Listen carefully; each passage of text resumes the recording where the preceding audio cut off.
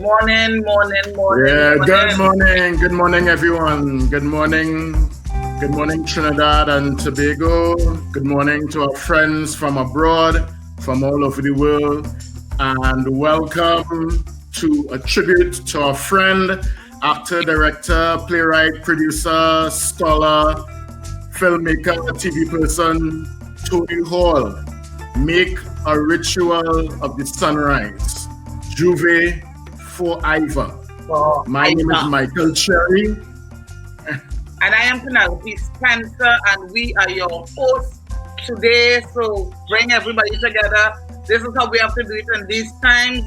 We people to know we are airing live on Facebook, on at I am and that at OMG Kitty, and on Gael TV for those who are not social media inclined. Right today, right now, we're gonna jump right into the ritual, an invocation from Tamba Gwindi and a prayer from Ken Joseph, who were two long-standing members of the team of Jean and Dinah. To Tamba being our music man, our percussionist. He was one who got the award, the Critic Award with Tony for music. And to Ken Joseph, who was our stage manager from the time Tony said go. Tony Ken been working with Tony Hall. So Serious let's welcome Lord Street stalwarts, man. Yeah. stalwarts. Yeah.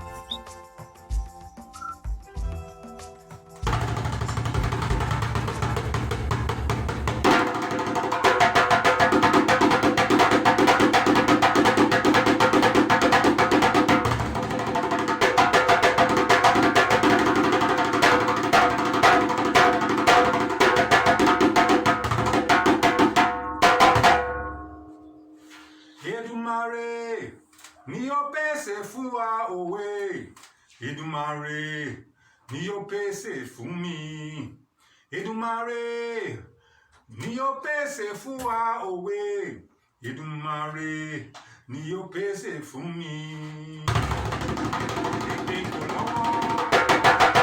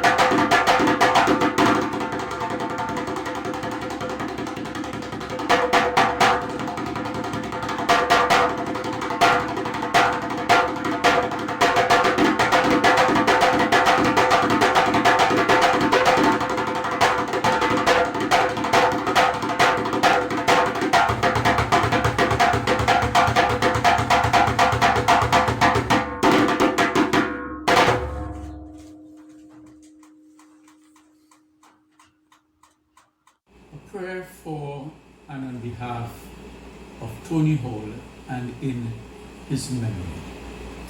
Let us pray. Heavenly Father, I thank you for this opportunity to lift up a dear departed friend and colleague, Tony Hall, before you. We thank you, O God, for his life. We thank you, O God, for his legacy. I pray, Heavenly Father, that his family, wife, children, and those who have been close to him, and those who mourn his untimely passing, will find true comfort in you, O God. It is my fervent prayer that all that Tony represented to us in life will not die with his death, but that his legacy will live on, not just in our memories, but also in our example of what he has taught us through his life and through his work. I lift up all before you, dear God, asking that you bring peace and that you bring comfort. In Jesus' most precious name I pray. Amen.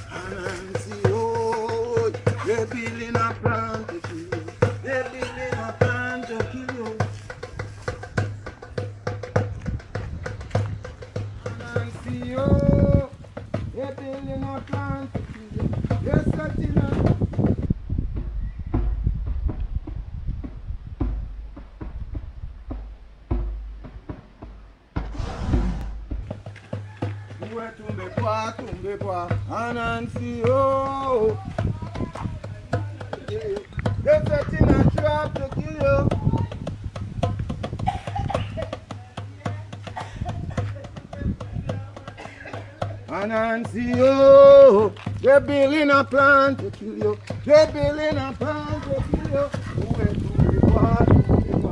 Anancio, wood, trying to kill you. They're setting a plan to kill you.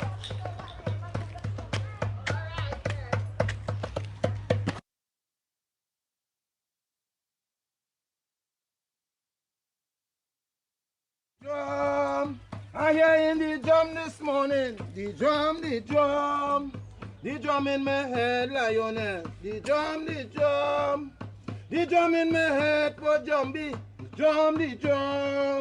the drum in my head and I coming, the drum in my head this morning, the drum, oh Lord, Lionel, the drum in my head is the Jumbie.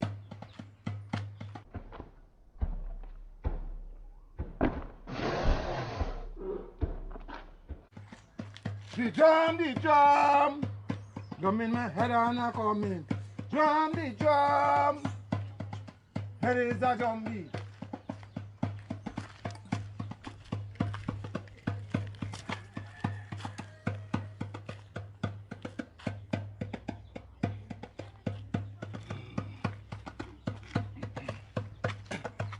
The drum, oh Lord, lioness.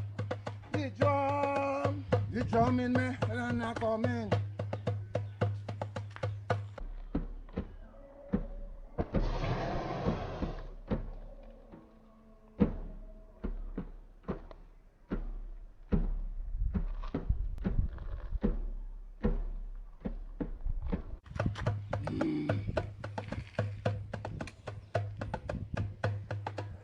The drum in my head and I come in.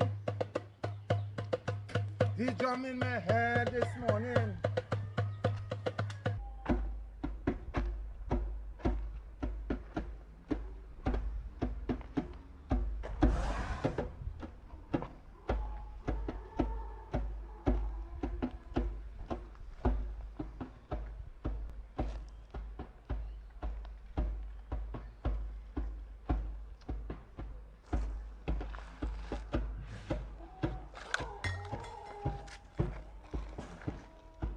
Lord, oh Lord, lioness. Lord, oh Lord, lioness. The drum in my head like a drum. The drum. Oh Lord, lioness. The drum. Drum in my head like a drum. Rule.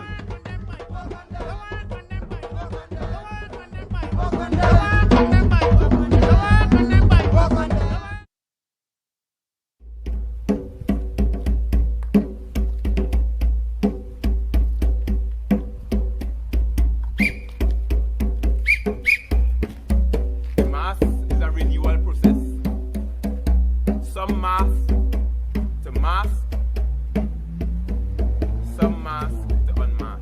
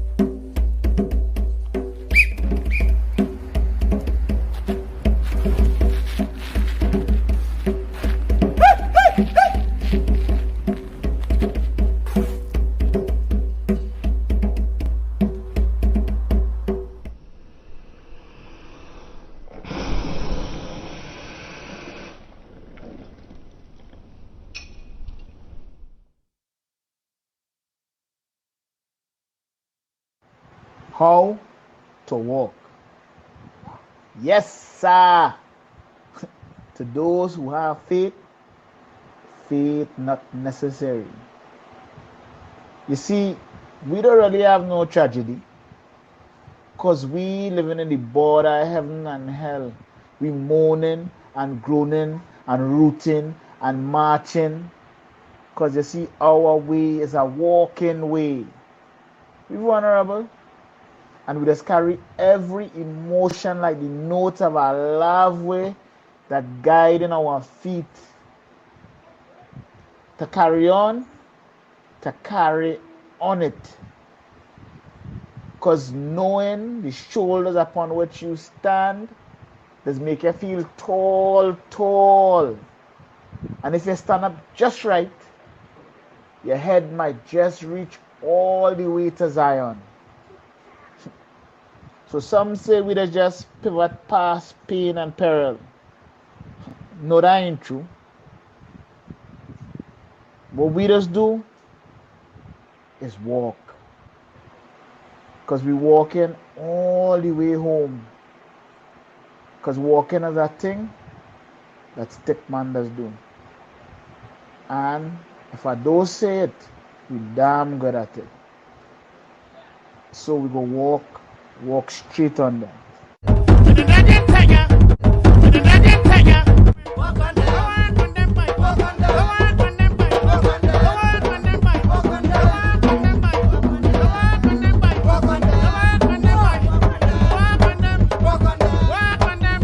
Let me en boire tout plaît, Tony, let me en boire tout plaît. Aïe aïe aïe aïe aïe, Tony let me a boy to play.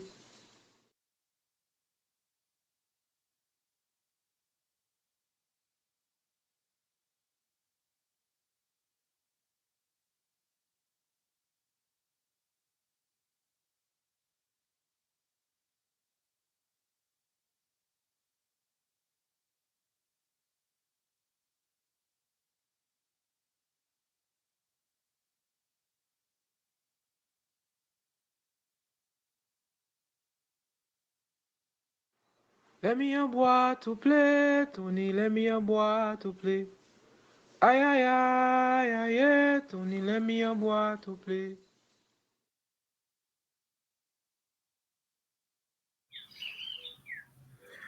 Yes, and that was the rituals aspect of our program this morning. Come to the end of it.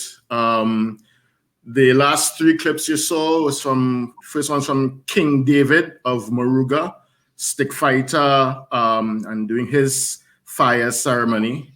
And the next clip after that was from Dwayne White Jr. and Christopher Bess doing their Jab Malasi thing. They're both students from the UWE's Department for Creative and Festival Arts. And the last clip we saw was from the Bois Academy and their emancipation ritual, stick fighting, calendar, Jouvay, all these rituals were so important to Tony because he realized that these are things that are important for us, you know? Yeah.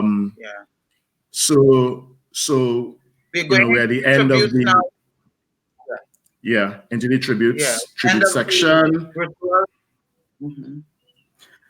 So the first tribute we're gonna have is from Safa Niamat-Ali, who is the president of the National Drama Association of Trinidad and Tobago.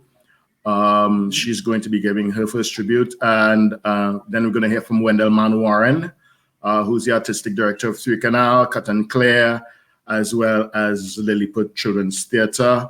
And both these people were very instrumental in pulling together this whole tribute for Tony. And after that, we're going to hear from Noble Douglas and from Mailing. They're going to be giving their tributes as well. So let's hear from Safa Niamat-Ali first. Jouvay greetings from the National Drama Association of Trinidad and Tobago, NDAT.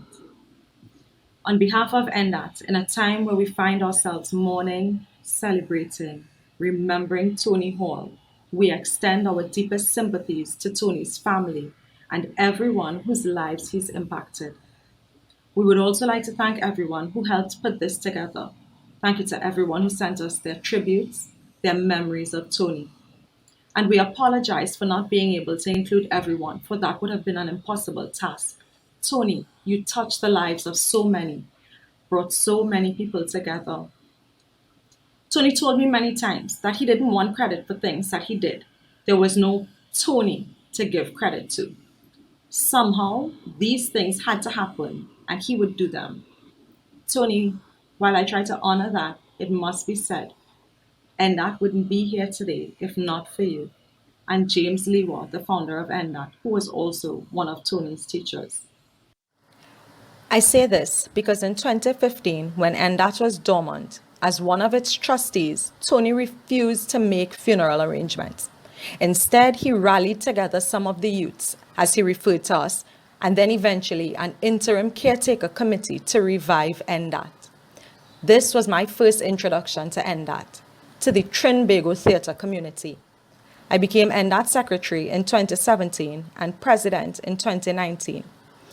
Every day since I was on the caretaker committee, Tony has been by my side, helping me, guiding me, so NDAT could stay alive.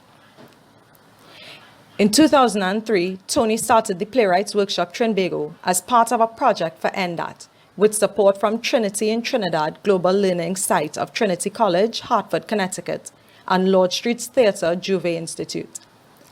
Tony dedicated PWT to the memory and work of renowned Trinidad scholar, academic, theatre historian, playwright and director Errol Hill, and Tobago poet, playwright, essayist and journalist Eric Roach. The work of conducting playmaking sessions and readings continued in 2004, 2005, and 2007 from January to May each year for 13 sessions. The idea was for playwrights to help each other make plays. In 2009, the monthly Readers Theatre series began, where new plays are read, and as Tony always said, when you say PWT Monthly Readers, you must always say first Wednesday of every month at 7 p.m., like a mantra, so people won't forget. He stuck with it, continued the readings, even if it was just him and one other person. Somehow, it felt important for the readings, this playwright circle, to continue. In 2016, he said to me that he had an idea for a new play festival and had hoped to see it happen before he died. Trinidad and Tobago Annual New Play Festival. So that same year, we pushed, we pulled, we did everything we had to do to get it off the ground. Up till last week, we were talking about how we could do this year's New Play Festival given the coronavirus situation. It was all about collaboration, always collaborative energies with Tony, intergenerational dialogue, teaching and learning moments. The list of NDAT projects that spawned from a Tony idea is extensive, including Monday Night Theatre Forum with the late Raymond Chukong, which was recently revived and transformed into Caribbean on Stage, an idea Tony had of bringing together practitioners from the Caribbean and those living and working outside of the region. Tony had ideas, so many of them, but none that he believed in. Nothing to believe in. Nobody to believe in anything anyway. He said to me once, there's this feeling that says PWT must work, and that is important. Don't know where that is coming from, but it is debilitating. The last thing I want to say is words Tony shared with me on Sunday, words I will share with you now. Listen to silence. Jouvay is an availability where every restriction or obstacle is an opening or portal or new dawn revealing silence. Michael, Penny, I ask that in this moment, in this Jouvay ritual we've come together for, to pay tribute to Tony, we take a moment to listen to silence.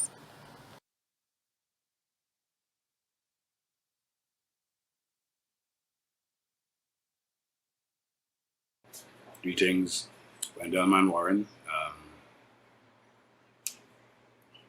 Saying a few words for someone I consider a mentor, a friend, very wise, giving human being, Tony Hall. I was thinking, I don't even know how long I know Tony. I know him a long time. Certainly, maybe it was since Minstrel days, Antimanite, Carnival is Color.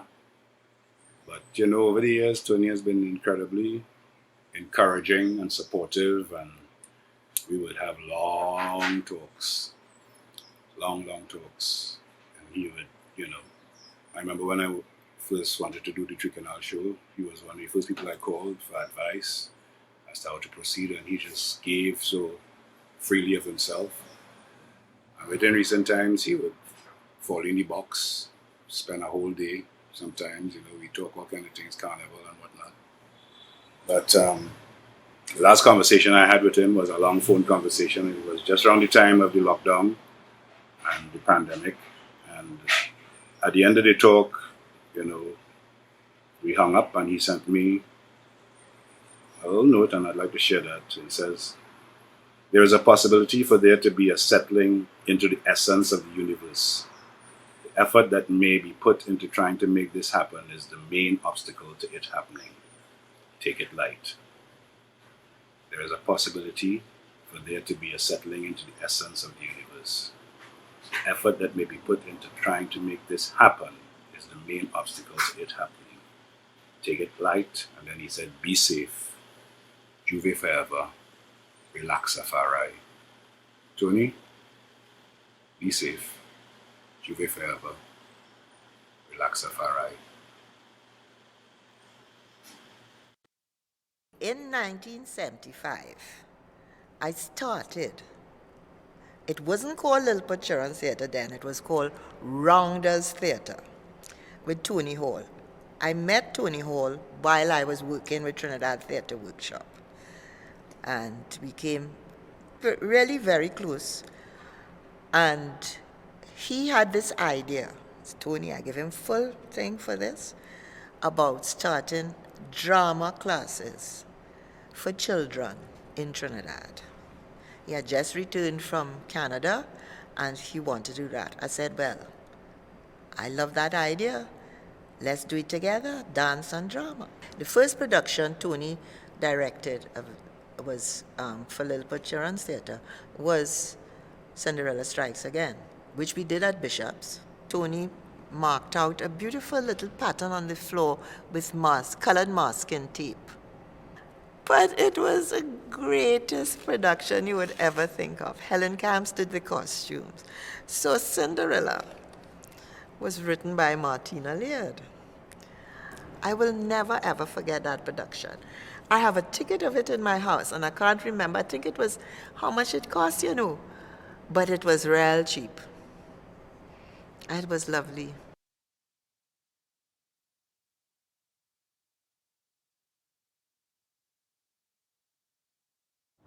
Working with Tony was always such a delight. He visited my studio quietly to always present some new project with a chuckle, with a chat, and then we started. I learned a lot, and what I admire most about him is that he really respected my team and myself. Nothing was a problem, and he was just so respectful of my space, of the people he worked with, and he will definitely be missed by all of us tremendously.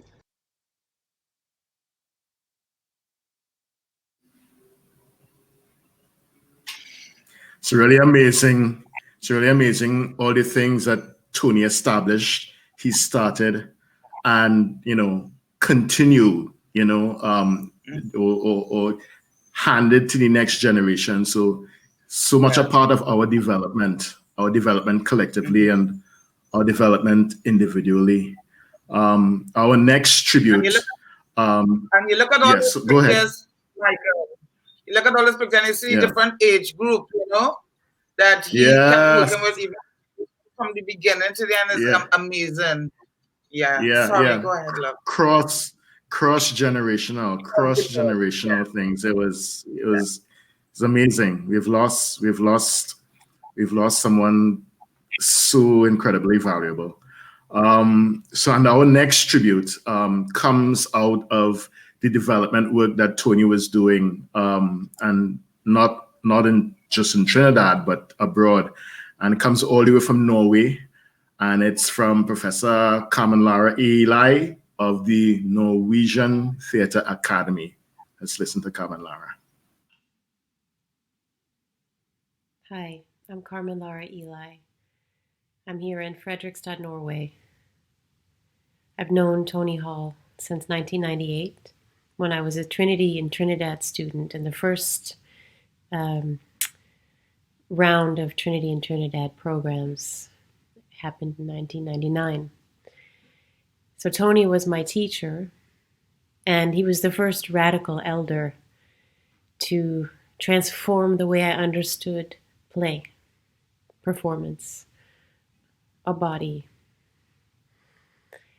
Together with Mila Riggio, Jeffrey Chalk, Pablo Delano, Neri Prue, other incredible elders and teachers in my life, I had the privilege to really rethink and reshape my understanding of the street, breath, performance, image making, dance in those years, the early 2000s. Collaborating with Tony both as a teacher myself later on, and after I came to Norway, the opportunity to bring Tony to work with my own students and collaborate with Tony on projects here in Europe and also in Trinidad. Tony was a huge inspiration for taking incredible risk with the boundaries of what is possible in a collective, in gathering people to do or not do, to move or not move, to reflect or observe. I learned so much, as many of the people here mourning and celebrating Tony today. An endless amount of wisdom, generosity, becoming entered the world through and because of Tony Hall. And I'm very grateful that in the past 4 years, Tony and I began great collaborations in various forms, one of which resulted in a small archive of his thinking or his perspectives, which, like Tony would also say, needed to remain formless, shapeless in some ways. And this collaboration was a value because it gave us a chance to listen to the material that was not his playwriting or wasn't a work of art itself, but a way of seeing. And we began to listen to his poems, look at his ideas through interviews and discussions and long talks. We began to put together this universe of the things that fell in the gap between performance and carnival, between JPTP and theater, between the street and the studio, between the mind and the body. And in that time, especially these past 4 years, I really came to experience Tony as not only an incredible teacher and collaborator, but also really a deep source of love and strength and inspiration in every way. And it's that I'd like to share with you in his own words today. Just a little bit about love from an unpublished text. There's nowhere to go. The content of loving is living and dying, simultaneous. No beginning, no end. That's why it seems confusing. Our world is neither chaotic nor ordered. Jouvay in carnival is not a teaching, or has no teaching in the strict sense of that word. There is no teacher, no authority, no doctrine, no class, no course, no text. It is a dialogue, for want of a better word, that happens within a result of relaxation and observation. And once you're able to relax, once you really relax, and it's not something you do, it is something that happens, a melting. Suddenly the observing starts and something else happens. The background and the foreground separate from each other, like Jouvay morning, and that's it. The busy foreground is passing, jumping up on a daily basis, busy, traffic jams. And the stationary background, the hills, the beach, the sea, they're just there. Trees 100 years old are there, waiting. Animals in the fields grazing there. There is silence in the noise, and a quiet, internal dialogue arises in the listening to the universe hum amongst all the noise of Jouvay morning. That is the whole entire teaching. You wake up to that. And you wonder, how long have you been awake? It is Jouvay morning all over the world. We are the consciousness of the universe.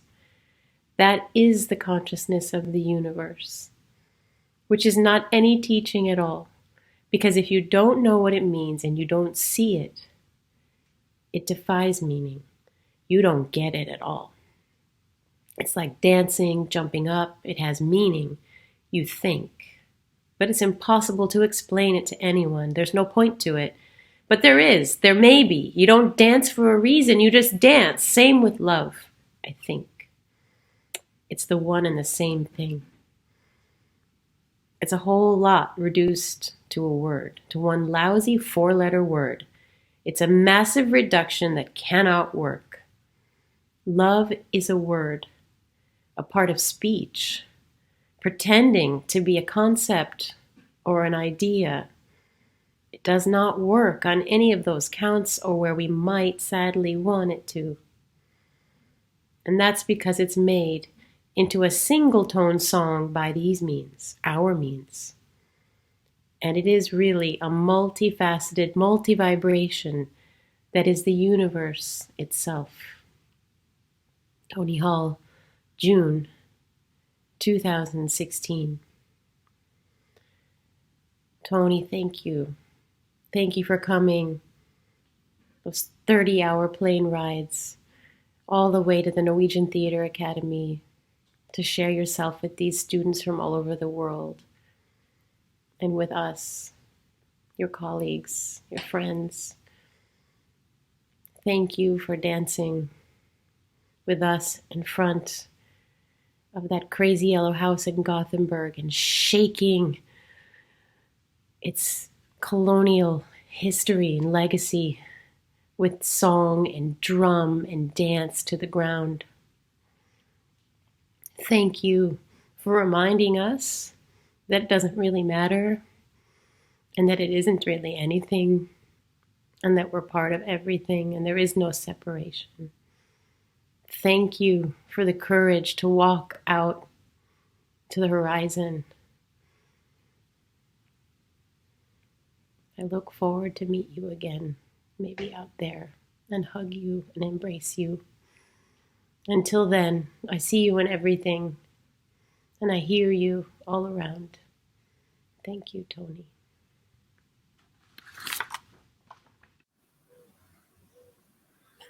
Wow.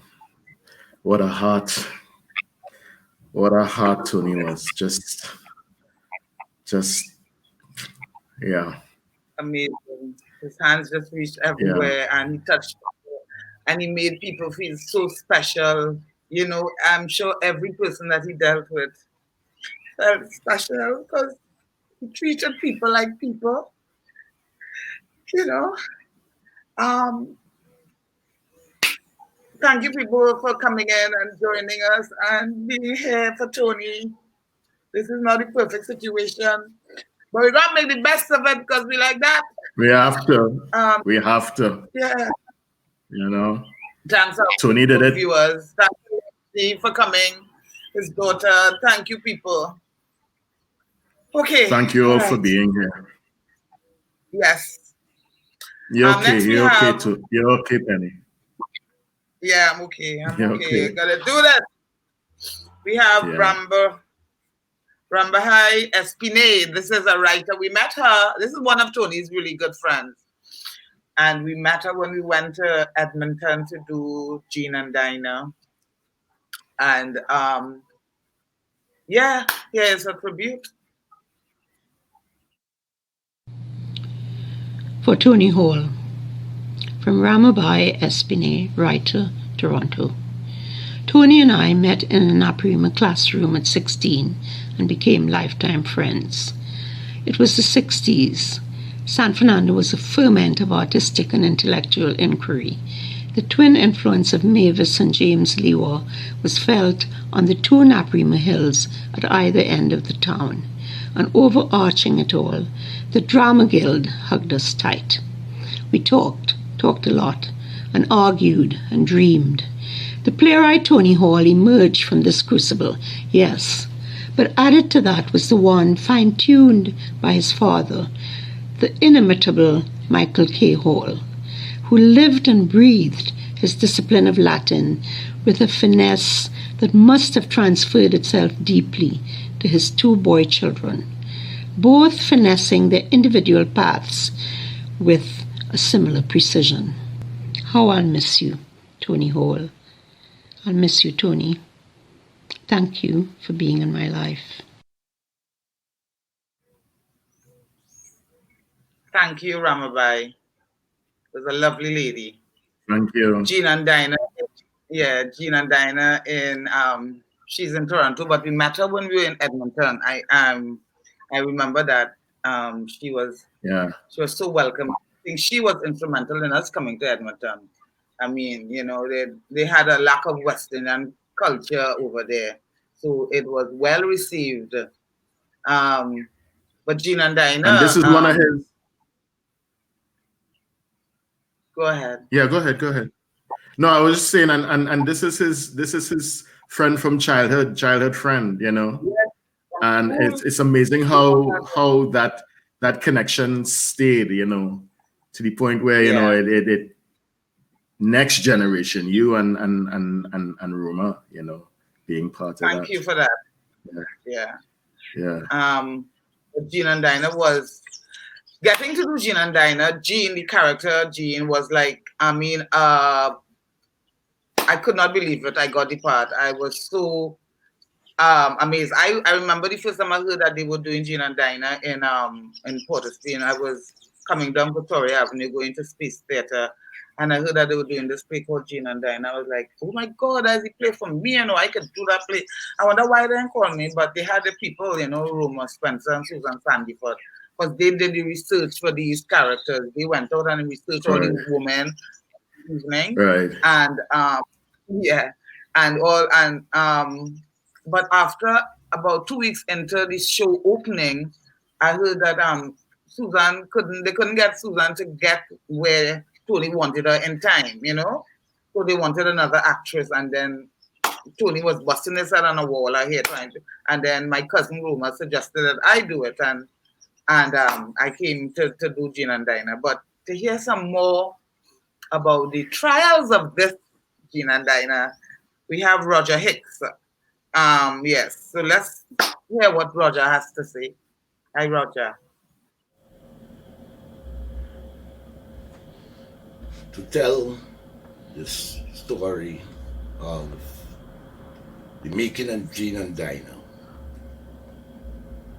one needs to describe the passion and the pain of a revolutionary, Tony Hall. He was the epitome of nonconformism. He was rebellious and revolutionary. He is stuck in a corner of engine room. He worked tirelessly at developing his play, whilst just receiving letters of rejection for corporate sponsorship. Here was a man, at times, offering a cup of tea to a party of 3 and 4, when there was only 1 tea bag. Here was a man who simply had a portion of fries to take him through the day so that he can tell his story. Here was a man who at times flared in tantrums that could only be stopped when you reminded him this was not Banyan. No time for theatrics. Just get back to it. Here was a man whose greatest concerns is where he would find the money to pay the actors. Yet still, the same man found the time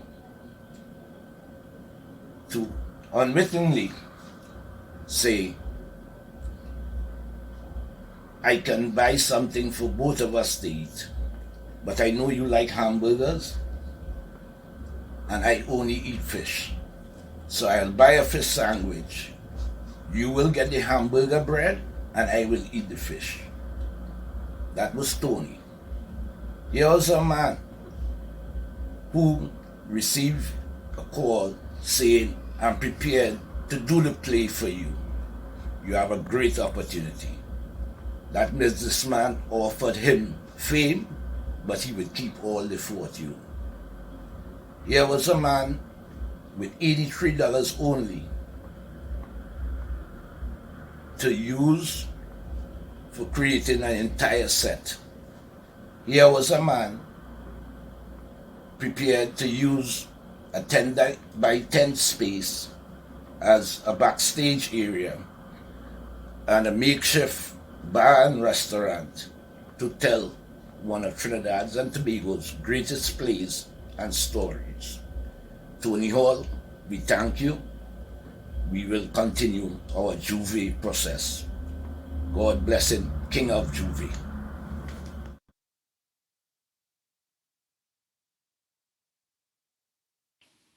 After growing up watching him on local TV, it was in 1991 I first met Tony Hall at the UWI Creative Arts Center, where he was my popular theatre lecturer.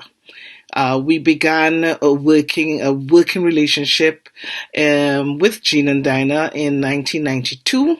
And since then, Tony remains my teacher, my mentor, my brother, my muse, my bush lawyer. Oh yeah, my bush lawyer. I mean, I truly understood the pedagogy of drama after observing Tony taught a group of foreign students. You talk about teacher? That was teacher. He was also a master director.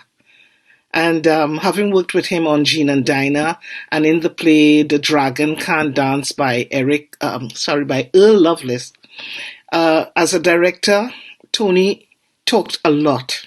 He gave you lots of images to work with. And if you're an actor looking for a director to direct you and tell you to go upstage left and say the line that way, and then I want you to move downstage right where you say the line this particular way, then Tony Hall is not the director for you. Yeah? When he finished with you, after he has finished giving you sufficient images and talk you through the process, you had enough to go by to inform the way in which you played the role. So there was no need for direction. What he would do is challenge you as an actor, you know? Always raising the stakes. That was the kind of director that Tony Hall was. Trot! Hi, hi, hi. Yes. It's when he hit you. Out in the road. Come out in the road, warrior. Jean, you mean out in the road. Come out in the road, warrior. Out in the road. Come out in the road, warrior. Out in the road. Come out in the road, warrior. I seen him there. Warrior, by yourself, no I seen him and I remember the top out Dinah. in the road. I seen him and he taking my energy, Dinah. Out in the road. He taking my Come out in the energy. road, warrior. I seen him and he Out in dancing, the Dinah. road. Dinah, he dancing. Warrior. I seen him Out in the and road. I can't dance, Come Dinah. out in the road, warrior. Dinah, I can't Out in the road. Come out. Out in the road. But today is my day. Hey.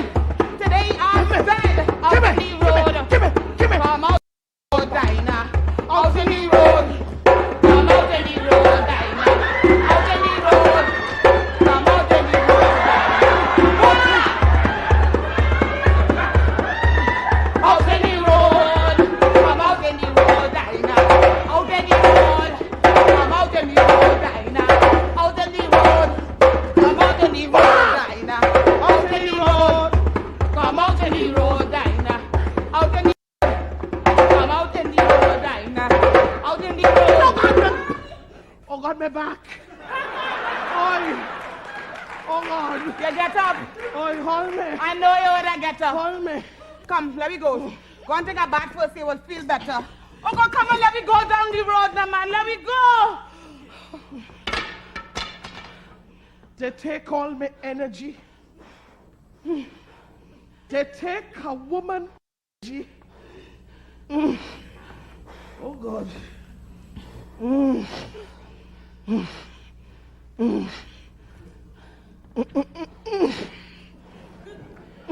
Joe Pringle, lend me your boy to play.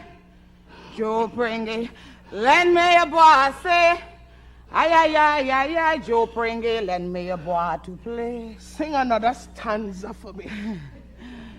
Joe Pringle, lend me your boy to play. Joe Pringle, lend me your boy, say. Ay, Joe Pringle, lend me a boy to play. Joe Pringle, lend me a boy to play. Joe Pringle, lend me a boy, say. Ay, Joe Pringle, lend me a boy to play. Joe Pringle, lend me a boy to play. Joe Pringle, lend me a boy, say. Ay, Joe Pringle, lend me a boy to play. Joe Pringle, lend me a boy to play. Joe Pringle, lend me a boy, say. Ay, Joe Pringle, lend me a boy to play. Joe Pringle, lend me a boy to play. Joe Pringle, lend me a boy to play. Joe Pringle, lend me a boy to play. Joe Pringle, lend me. I could see my father in the ring now. He used to have a particular crouch when they put a boy in his hand. Could he move? Faster than lightning. Joe Pringle was your father, girl? Schiffer. Who Schiffer that? Schiffer Braffett, girl. Schiffer Braffett, boy. The man was tall and black. He used to look like he come straight from Africa just to fight stick. He was the champion Freeport for years. They used to come from all over to Freeport just to fight Schiffer. But they could have never touch him. He was too fast. You ever hear a great Muscovy and cutaway Rimbo? Well, I hear them was fellas who used to commit delicate surgery in the ring. Hey! Schiffer was in that class. Girl, so tell me now. Rot. Hey. Memories. You were so amazing. You were so amazing. You and Roma were like, I mean, that is pretty much one of these seminal plays coming out of Trinidad. You know, I mean, right up there with Moon on a Rainbow Shore. I ain't gonna lie, no, serious. I was fortunate to be a part of that play. I think God put a hand in that one for sure. Because I mean, I never thought I would get that play in 2 weeks. I had 2 weeks to get that play. And it was seriously.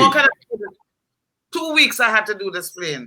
That's why Tony was so going crazy as to what he would do and how he'd get an actress to do it tonight, because they had all the ads out, they had all the sets starting to work on, you know. Okay. And all right. A phenomenal experience. And so you just heard from Roma Spencer, and we got a clip from Jean and Dinah. That clip we did at Trinity College. That's one of the places we went to. And with this play, we did some Caribbean islands with this play. But one of the most phenomenal experiences we had with this play is New York, America. Trumpland. All right. Yes. Trump. Oh. But not during Trump, of course. I mean, no. A little before. The one Philip heard about this play, and he brought it up to New York, and then the Sapodilla sisters, they brought it up the second time. So here's the word, Philip. Yeah.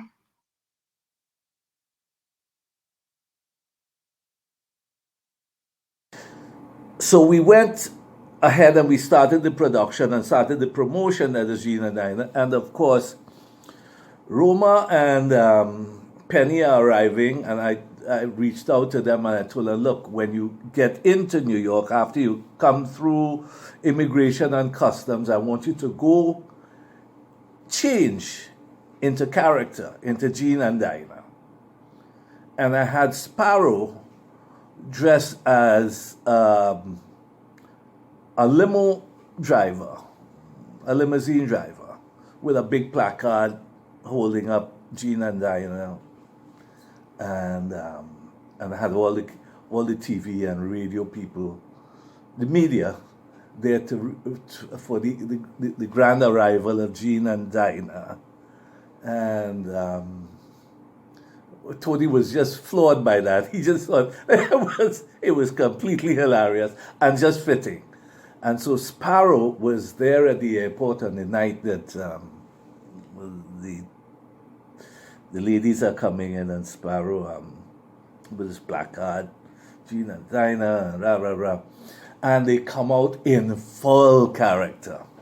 They brought tulum, they brought sugar cake, they brought anchar, they brought Sparrow all this, and they brought a good cussing for him. And the cameras are rolling and picking up all of this, and they telling him how ungrateful he is, how much they do for him, and all these things. And by the time that went out there, well, the word viral hadn't come into the lexicon in that popular sense.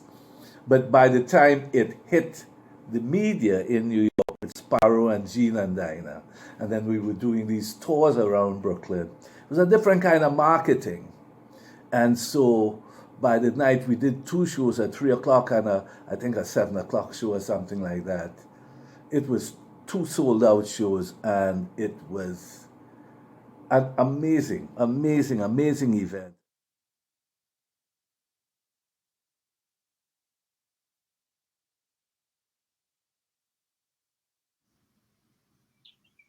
That experience in New York. That first time, I tell you, there was a line wrapped around the corner to see us. I mean, I remember it was one of the last performances my mother saw me in. I had to go downstairs and bring her out of the line because she was a little fragile in those days. And I mean, that experience in Plantiers, in Brooklyn, the Ward Phillips, thank you for that. Yes, we had a time. You know, I mean, we had a time. One of the things I remember Tony said to me, you know, as a young actor, growing up, young artist, is that, you know, if you're serious about, you know, what it is you want to do, you have to engage with the world. You have to be, you know, a part of the world. And that's one of the great things, you know, about Gene and Dinah, that, you know, he took this very specific Trinidad and Tobago story out to the universe, you know, and made it amazing. All the Trinities from New York and Brooklyn who hadn't seen and interacted with Trinities came out. When we did that advertising, walking the streets, people calling us Gene, Dinah, we were full character and they believed it. That was a wonderful experience, Gene and Dinah. Tony. And Tony used to tell us, we're dead, you know. We could do this play till we dead, and yeah, we could, because, you know, but I don't know. We'll do nothing without you. Anyway, let's move on. Let's move on. You know, one of the things... we want to read your comments just now. You all read it. Thank you. Bring in more viewers. Let people experience the magic that is Tony Hall. Sorry. Yeah. I mean, it's no. This is a, you know, education for, you know, those who like never knew Tony or a different part of Tony, different side of Tony, you know, getting to see, you know, all the aspects, and we really want to thank Endat and Wendell, you know, for and OMG as well for putting this together. Stephen Doobal. You know, one of the things that a lot of people don't know, when after Tony came back from Canada, training as an actor and as a teacher, amazing teacher, as Roma was saying, he worked a lot with Derek.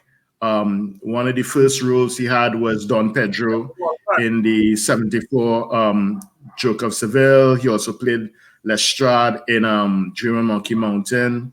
And so we're gonna hear from, well, not hear from, but there's an interview he had with Pat Gaines. Yeah, so we're gonna read from that article that Pat Gaines wrote about Tony coming back to Trinidad after studying university. And so Tony says, after graduating from university in 1973, Tony said, I had called Errol Hill. He was at Dartmouth College.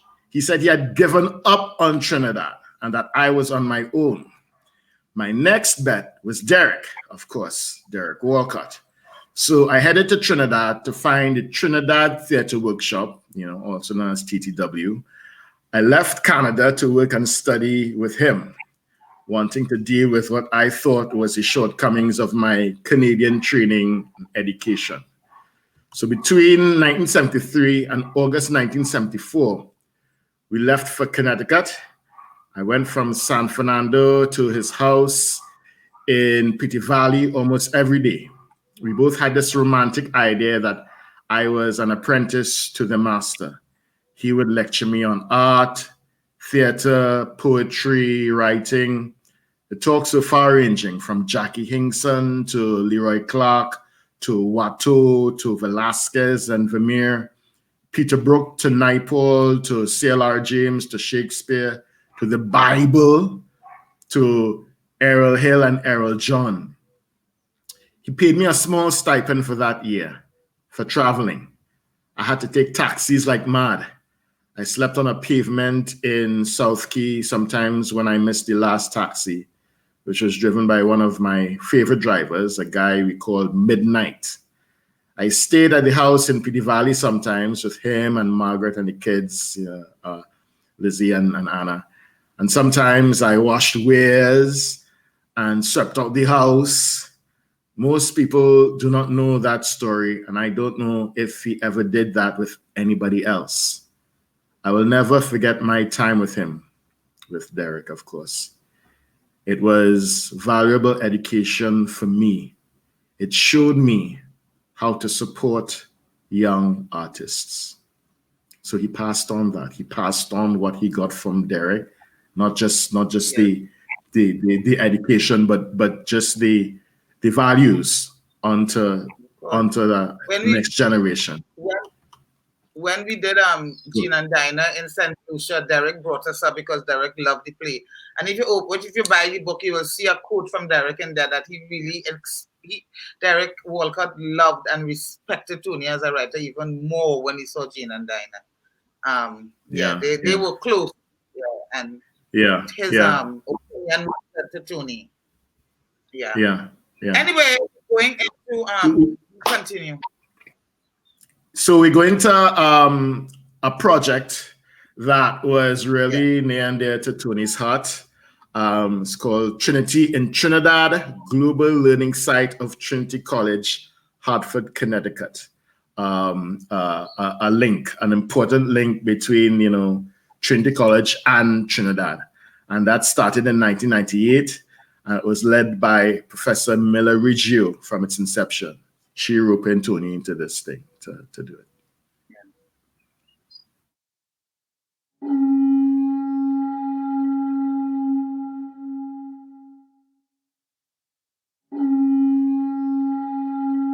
He marched with us in Jouvay. And afterwards, we all collapsed.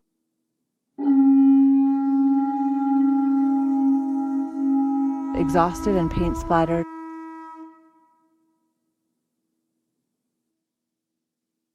On the pavement of Queen's Park, Savannah.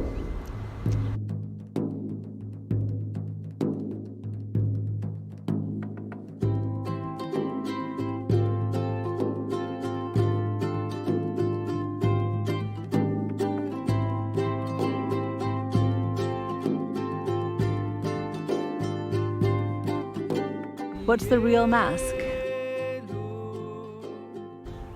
Is it the flamboyant performance of must? Or is it the face we wear to make it through an ordinary day?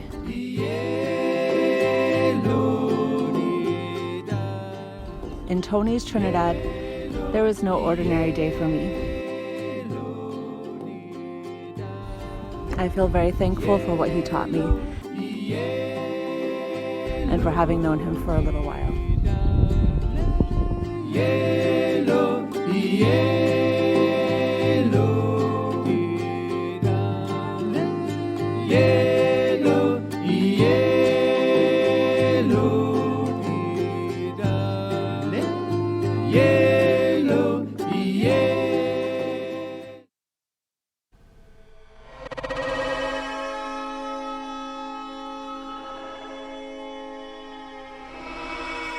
Morning, everyone. My name is Deanna.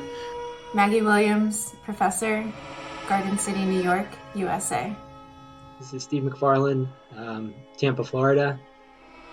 Assistant professor of geography at the University of Tampa here. My name is Darcy. Jared Fernandez, Paramus, New Jersey, client advocate. My name is James Baird, and I am the lead pastor at Highlands Church in Paso Robles, California. I was a student in the first group of Trinity College students that Tony and Milla brought down to Trinidad back in 1999. And the program that they created had a profound effect on me. Thank you, Tony. You and Milla gave me the opportunity to explore your wonderful country and culture.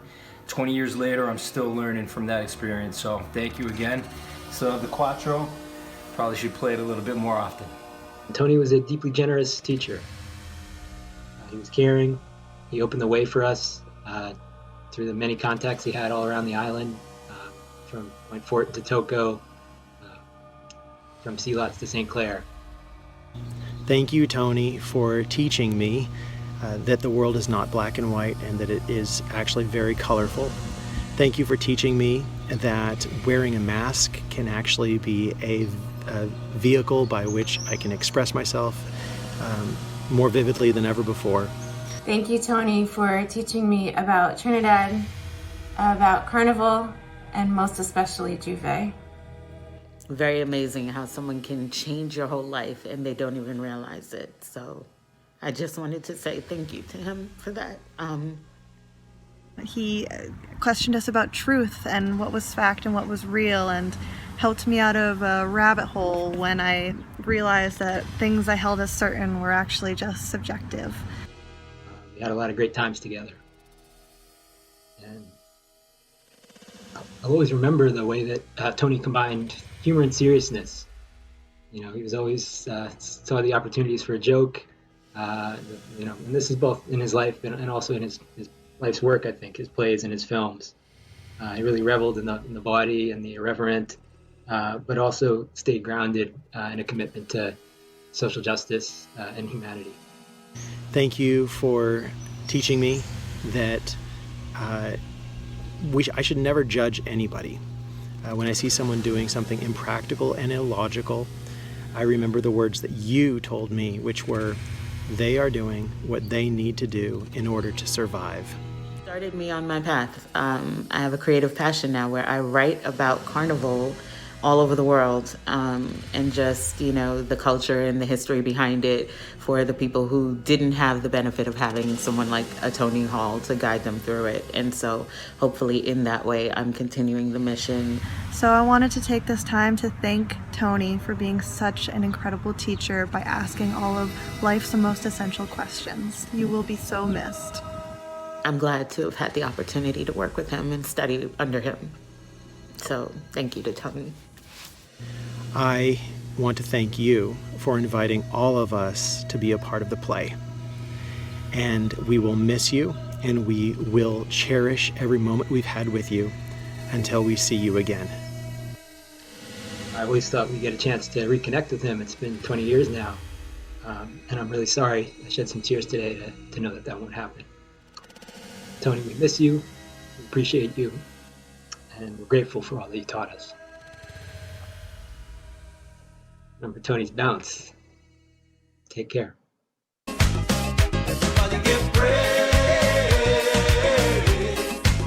Everybody hungry. And if you know what I mean, put up your finger. And if you know what I mean, put up your hand. And if you know what I mean, put up your finger. And if you know what I mean, then scream. Oh, oh, oh. Give Jah his praises. Oh, oh, let Jah be praised.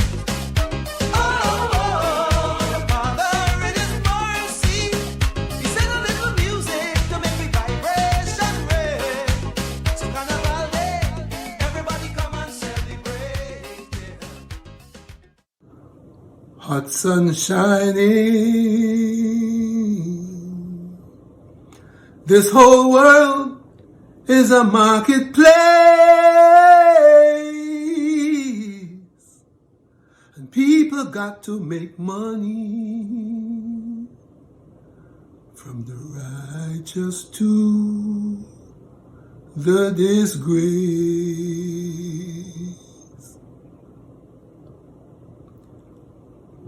Hot sun shining.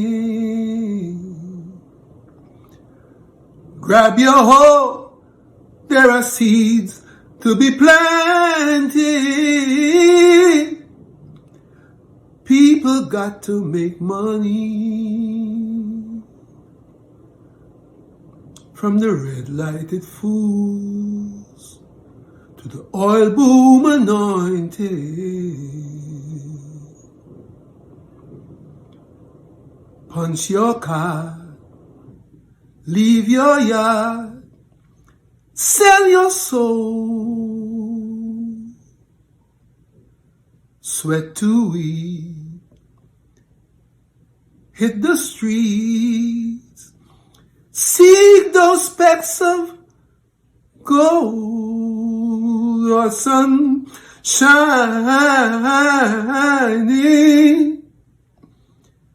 Grab your hoe, there are seeds to be planted.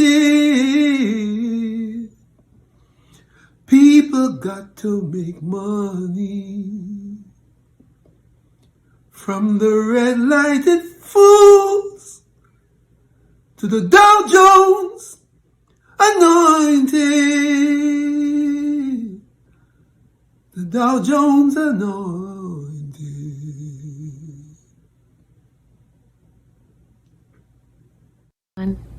Tony, what's happening? As we all say in the Caribbean, how are we going to be that?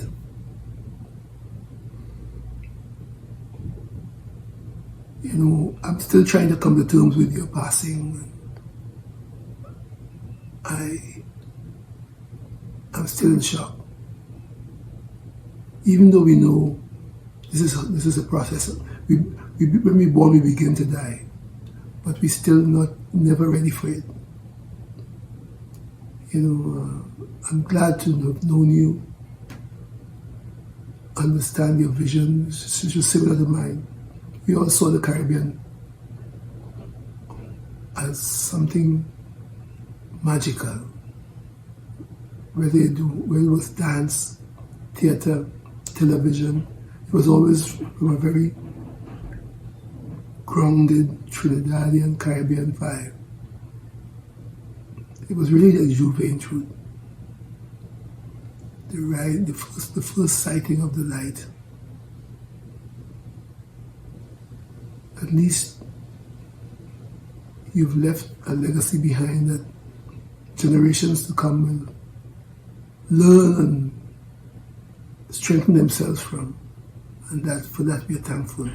So brother, wherever you are, I hope in a better place, as they say. And maybe we'll bounce up sometime. Thank you for all you have done for the people of the Caribbean, the people of Trinidad and Tobago. Farewell.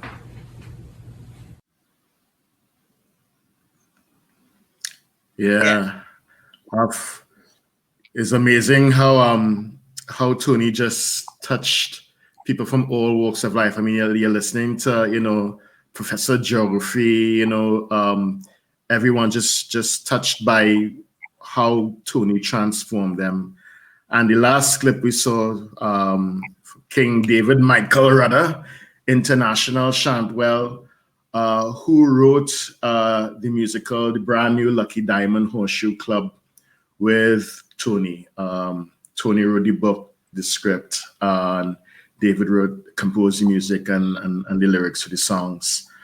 And again, you know, brand new Lucky Diamond Horseshoe Club is just telling a story who's about, like Gene and Dinah, whose stories aren't usually told, you know, and bringing that, you know, bringing a different way of seeing these people and seeing these people as people, you know, you know, with all our complexities and everything.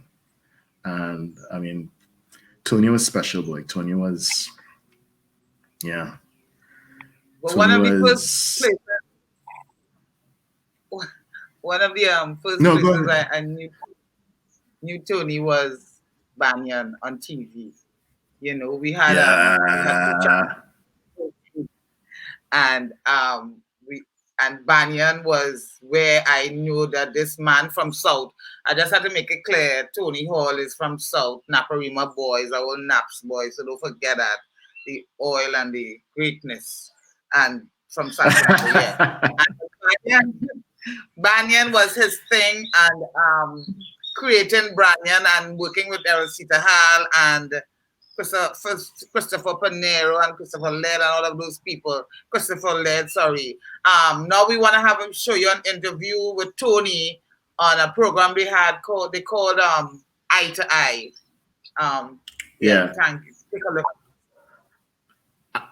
And we're also going to see from Dr. Joanne Kilgo-Dowdy a conversation she had with Roma Spencer about Tony. Tony worked with Joanne on one of the first local dramas I ever saw, Epiphany. And Pinero was in it, Martina Laird was in it. Amazing, amazing performances. Who else are going to see these clips? Clips from Banyan Archives. You're going to get some archives featuring Errol Jones, Eunice Allen, and Christopher Pinero. So, are you going to get real history? Yeah. Tony Hall.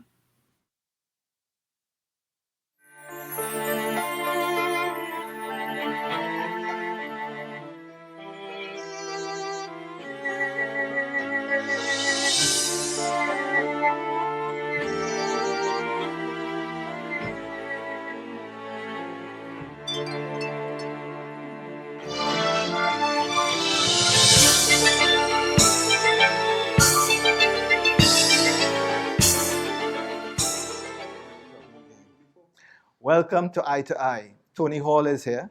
Tony is an actor, playwright, dramatist, filmmaker, television presenter. He was a key person in the Banyan team and one of the original creators of the original JANELLE series.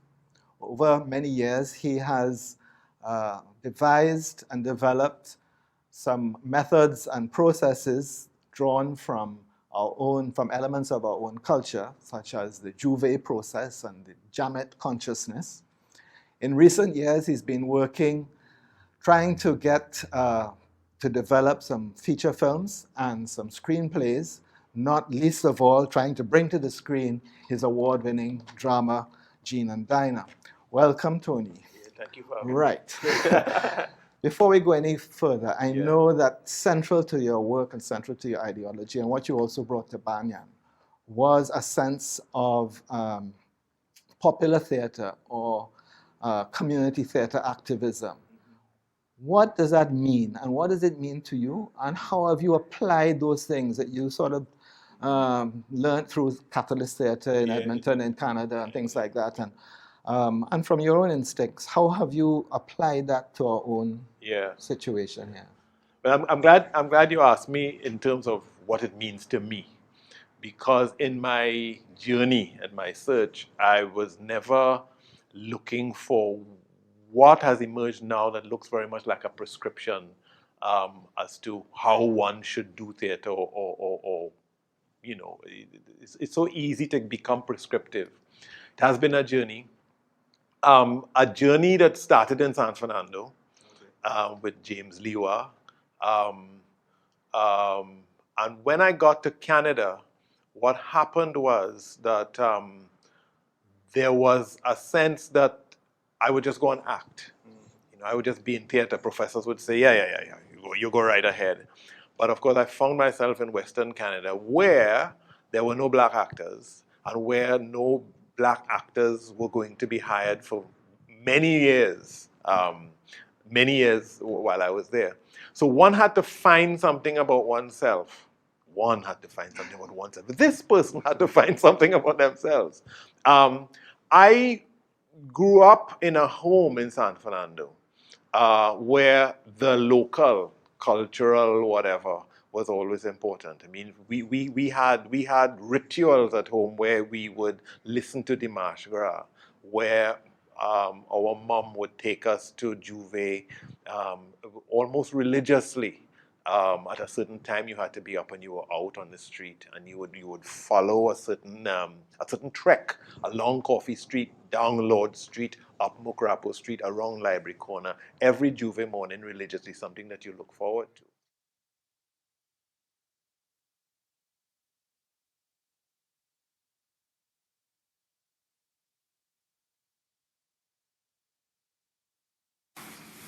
So I'm talking to Joanne Kilgore Dowdy, Dr. Joanne Kilgore Dowdy. Back in the day, we knew her as just Joanne Kilgore, one of the actors in the then one was called Banyan. Was it Banyan Workshop, Joanne? Banyan Television Workshop. Television Workshop. One of the actors in the Banyan Television Workshop, where she, together with John Isaacs, Martina Laird, Christopher Pinero, they had the opportunity of working with Tony Hall. When last did you see or spoke or sat with Tony, Joanne? We did email last week, and I sat with him in 2017 when I was in Trinidad doing presentations. I had very, very long, very important conversations with him over meals that we both enjoyed, so I feel that that was a fun farewell, and I'm glad I took the time to be with him in that way while I was in Trinidad. And what was that like? Oh, it was visiting family. Tony has known me longer than my mother knew me. My mother died when I was 11. Tony knew me 40 years. I reminded him that we had worked on and off for 40 years, which was a shock to him, but it brought him up to speed with the length of the relationship and the quality of the relationship, that we still wanted to be in touch and up to speed with each other's life. You said to me prior to this recording something very poignant that Tony said to you. What was it? Oh, he was waiting to go and be still in Tobago. He wanted to wake up every morning and go in the sea and play with his grandchild. That was his longing, his ambition. And I could hear it was very, very, very important to him, and he was really counting the minutes till he could be still and not be running back and forth from Trinidad to Tobago. So I'm thankful that he had his wish come true. What's the legacy that you would like to remember Tony by? What's Kindness. Pardon? It meant kindness. Kindness. That's the word that I wake up thinking for the last 3 mornings. When I wake up, I see his face, and I think of kindness. This is a model of kindness. If anybody said, what does kindness look like? I would say, I wish you had known Tony Hall.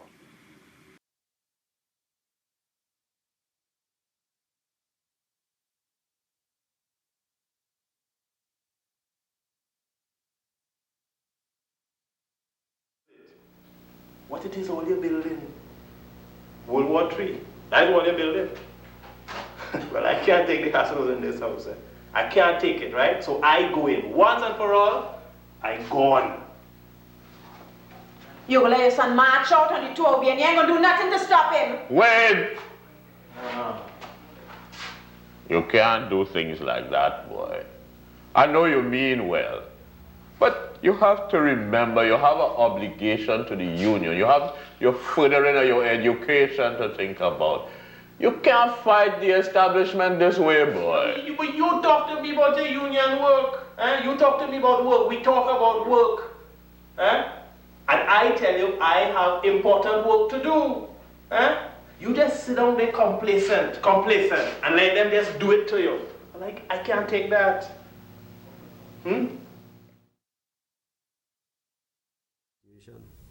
Waiting. Well, I think they should beat the boy, you see? Because it have a lot of little hangmen in them school and them. I mean, you know, if I was in school, if I was teaching in them school, what? They should flog his backside. That's what I say. Eh? Prince, What? Mommy ever beat you? Don't worry with that. Them little fellas feel they could do what they want in the schools today. They should beat him. Look, what I think, Good time waiting. Listen.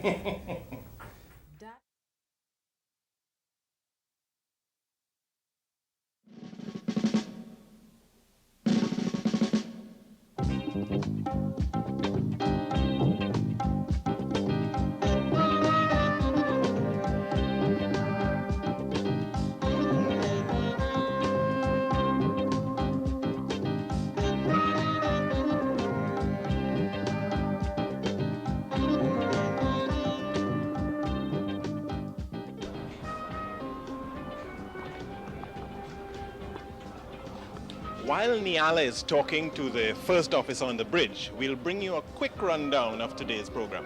This is the week when we do another Caribbean feature, and we are going north to Cuba. We look at the culture of the Syrian Lebanese community in Trinidad and Tobago. And we also look at the Caracas Youth Orchestra. But for... Duck around! Not this time, you don't catch what I...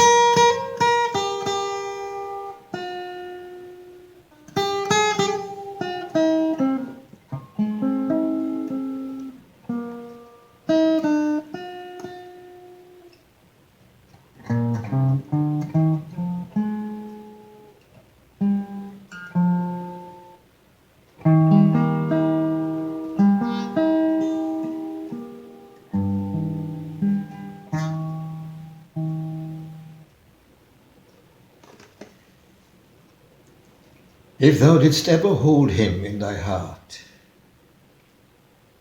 absent thee from felicity a while, and draw thy breath in pain to tell his story,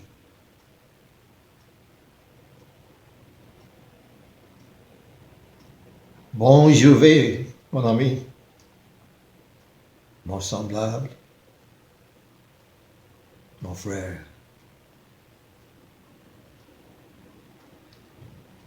And flights of angels sing thee to thy rest.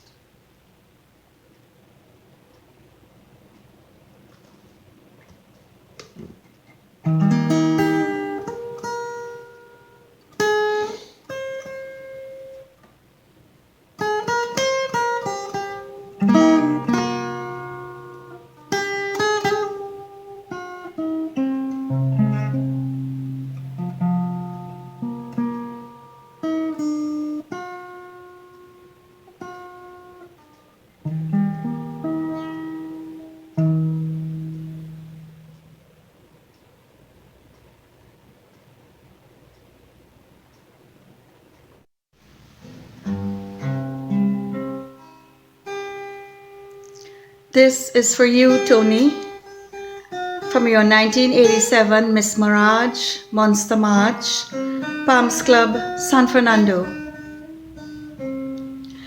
The moon come too soon, so the night has no light. Come home, my little one, the dark has no sun. Come home, my loving one, the dark has no sun. A chasap.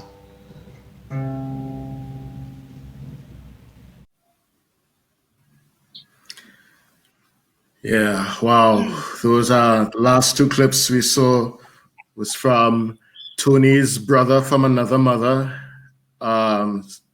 school friend from since Naparima College days, Errol Sitahal, and his wife, Errol's wife, Leela Sitahal. Leela worked with Tony as well. She worked with Tony on Monster March, play he wrote for the OWTU.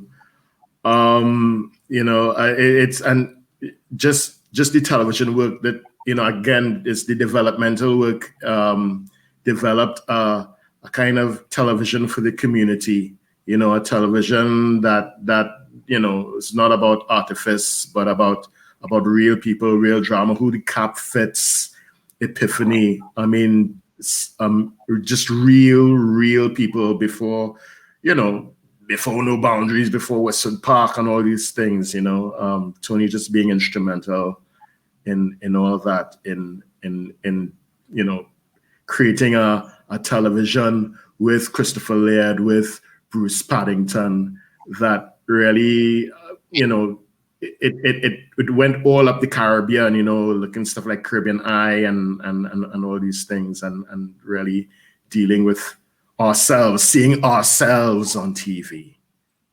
Yeah. Yeah. Yeah. And one of his I remember Aracita was one of the persons that brought me into theater, because I remember I came to Port of Spain once on an audition, and I was a dancer. I came to Port of Spain as a dancer to audition for Moon, I think it was Moon. And Aracita said, no, I don't want nobody dancing alone or singing alone. So he had everybody read and everybody dance and everybody act. And it was amazing. Then and I got a part. I couldn't believe I got a part, an acting part. So Aracita is like, I revere him. He's the boss. He's the boss. And another friend of Tony Hall was Robin Foster. He and Robin Foster in the engine room way back. I just remember seeing them always working together, always linemen. So let's take a little listen to Robin. Good morning. My name is Robin Foster, and I ran engine room recording from 1989 to the year 2000. During that time, Tony Hall was a very close friend in the engine room family, and we produced many things together. One, Raw Kaiso, you can go on YouTube and look at it, which featured Zandoli, Blakey, and Black Prince, and you would see Tony's directing. You know how, you know, the very close shots that really showed the character of the performers. And we also did something called Flag Woman. Flag Woman came out of one of the many limes we used to have. We used to lime and brainstorm. People would say, boy, the lime and plenty, boy, but plenty great things came out of those limes, right? And in Flag Woman, he used some lines. I remember in a line once I told him about this neighbor I had up on a hill who would be cussing out her husband, and you know, the kind of things she would say, you know, very loud. And lo and behold, I heard it come out in Gene and Dinah and in Flag Woman and many of those plays, you know, things like that would happen. So this clip I'm about to play for you now from Flag Woman is a Flag Woman. All right, let's talk about Flag Woman. Flag Woman was written by Tony Hall and directed, and it featured his writing and direction and my work as a sound designer. So it starred Niamat-Ali, the late Niamat-Ali, and also the late Brian Honoré and Sonia Mose. We did it in the late 90s, and the clip I'm about to play for you is a clip where Niamat-Ali's character is really tired and fed up with life, and she wants to cross over, you know, meaning die. She wants to go over. And that night, her father comes back from the dead to her to explain to her that you cannot come over until your work on earth is finished, right? And, you know, there was a particular line in there that's really touching me now that Tony is gone. You know, there was a line he wrote that says, you have to live until you're dead. And that's what Tony did. Tony lived until he died. And Tony, I will miss you, and I better go before I break down again. So here's an excerpt from Flag Woman.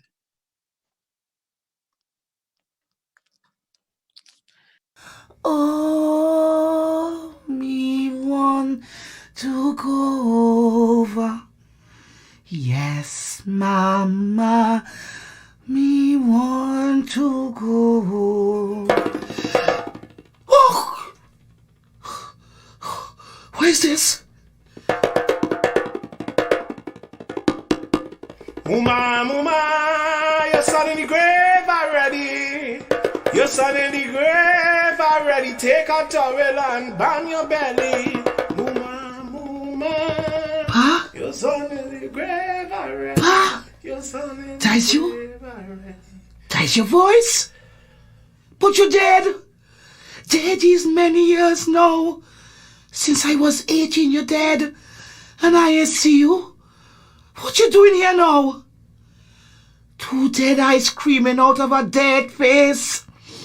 A bright clear light shining behind your head. And those zombie shadows crowding my blackest fears. Why? I come to warn you, child. It's not so easy to come over here, to cross over. But Pa, you're dead and still walk with a stick and a bloody hair tie. I walk with the stick I handle in life. I carry the red head tie I fight with to cover my brow. This is the mark of the warrior.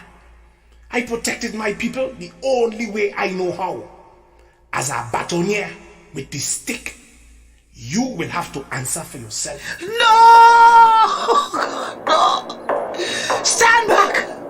Stand back! Those eyes, those shining eyes, they hot in my brain. Oh, sorry, daughter. Why, Pa? Why now, Pa? My work is not yet finished. My soul now have to travel far and wide after death to complete its work. It is every man's duty to nurture and protect his fellow man, even in death, or else he will walk the earth and suffer aimlessly forever. Suffer? Even more? But I answer the call and always help the men and the women in the club. Yes, I too defend man by fighting in the ring. And so I answer the call the same way you do. And I am proud of you. But no, I know you wish to cross over to where I am. But that is not a choice you can make just so. You have to account for yourself before you cross over. Make sure of the day and the hour, or else your wretched soul will be shriveled. You can't suffer aimlessly for this evening death. Even in death. Look how I must complete my work. You have to give account, and if your accounts are in order, well then. Well, how I can do that? What I must do? You have to live until you're dead. This Jouvay morning, 4-day morning, 4 o'clock, you have to take stock of your wretched life.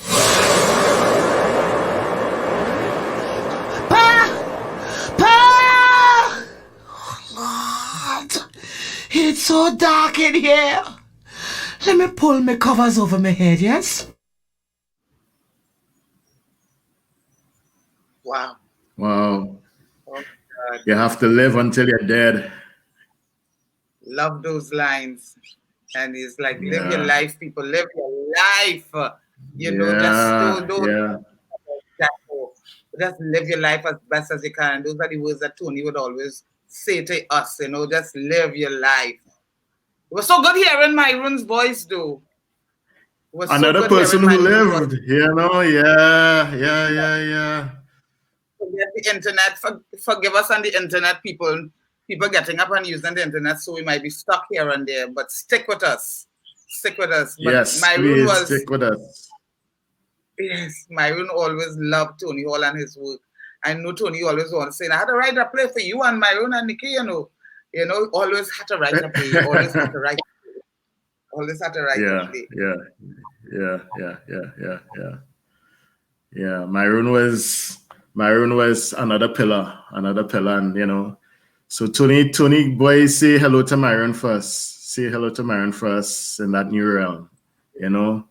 Vibes with everyone who went before.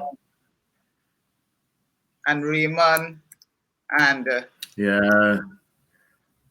and Gregory and Chris.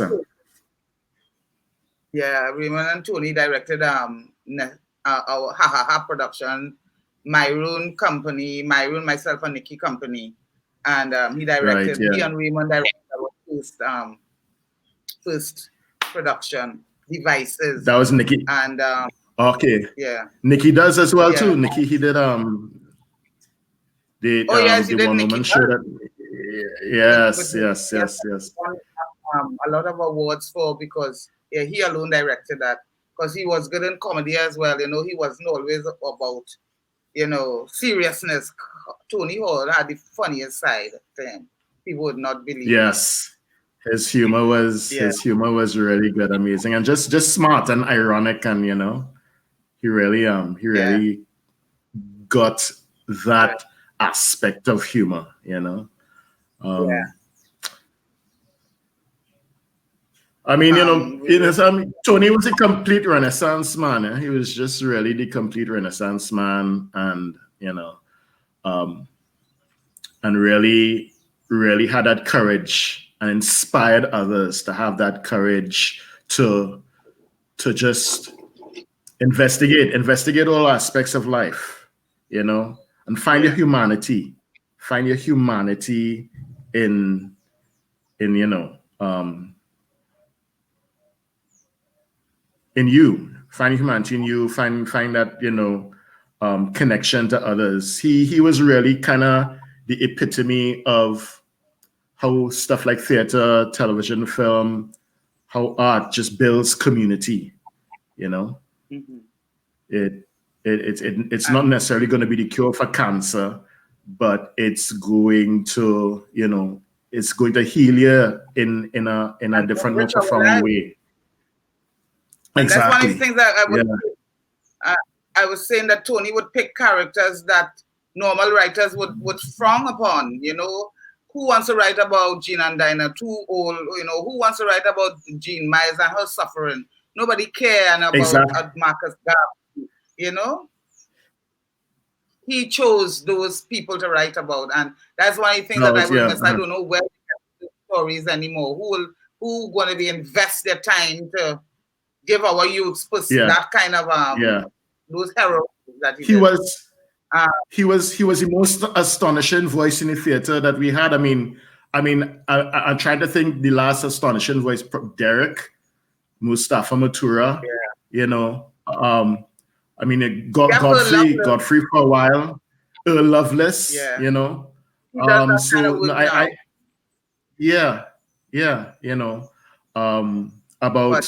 About people, ordinary people whose stories aren't told, and that's our job. That's his. I don't know, his Tony's purpose. I think it was like a really fulfilled purpose. A lot of suffering. It wasn't easy by any means, but But what was nice was what was nice, the last thing we did was the Marcus and Amy Garvey. Yeah. Look it. You remember that? That is Mass. How could I forget? That is Mass. I remember the theater of the street. Yes, that is popular. That is street theater. Anybody want to know what street theater is? Amy and Marcus and Amy are perfect example of street theater. Of street theater, his whole thing about Jouvay, being yes. And we took his theater from they treated us badly in Trinidad when we went on the Port of Spain. Yes, they put us out of the car. The car was our float. That was his argument, that the car was our float, and they said we couldn't go. So after we get makeup from Mervyn the Gouge, you get Connecticut. I get treated like royalty. Women of all climes and races have as great a part to play in the development of their particular group as the men. Some of you may not agree with us on this issue, but do they not mold the minds of their children, the future men and women? Even before birth, a mother can so direct her thoughts and conduct as to bring into the world either a genius or an idiot. Many a man has risen from the depths of poverty and obscurity and made his mark in life because of the advice and counsel of a good mother, whose influence guided his footsteps throughout his life. Women, therefore, are extending this holy influence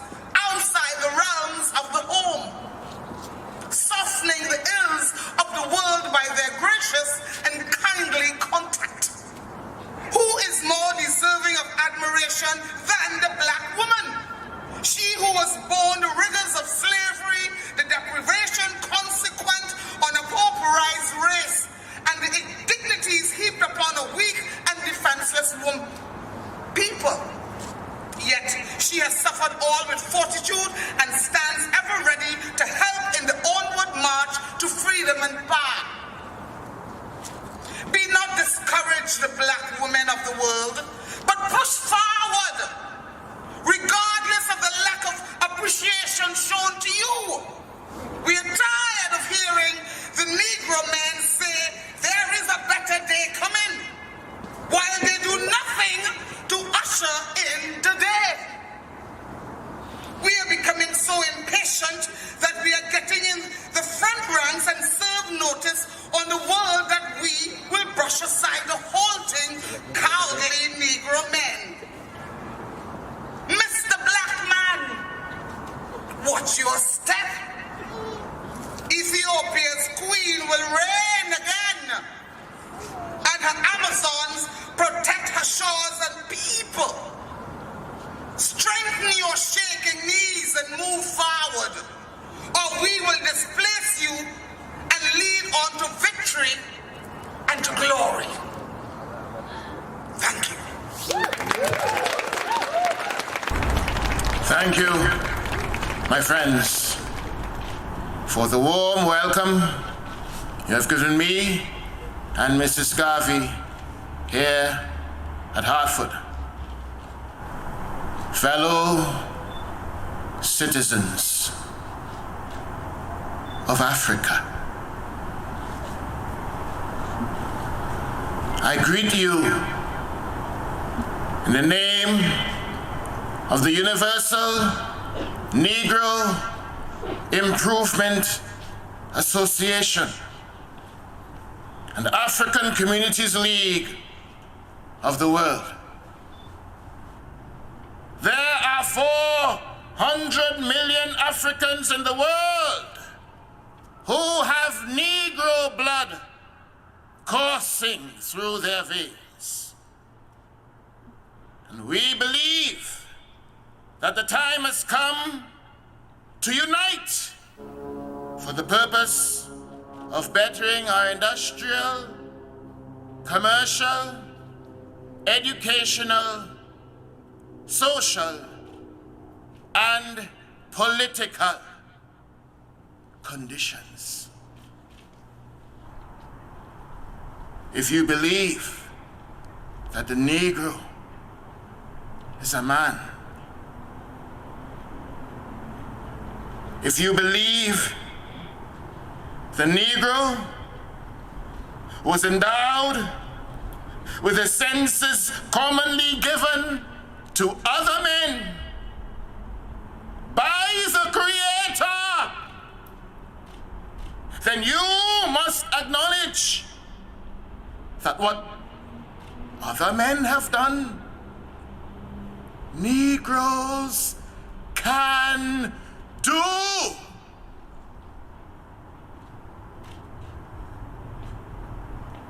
We want to build up cities, nations, governments, industries of our own in Africa, so that we will be able to have a chance to rise from the lowest to the highest position in the African Commonwealth.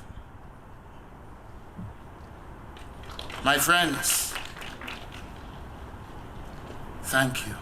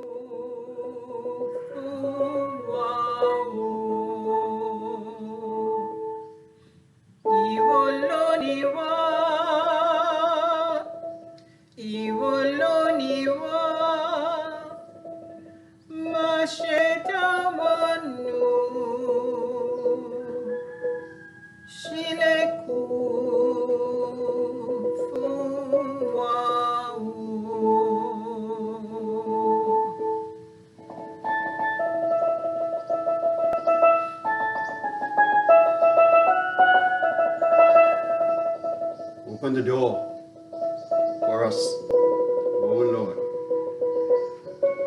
Open the door for your son.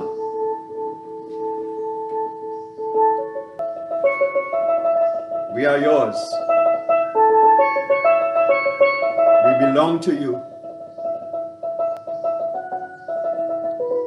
Do not abandon us. Lord, for us all, open the door.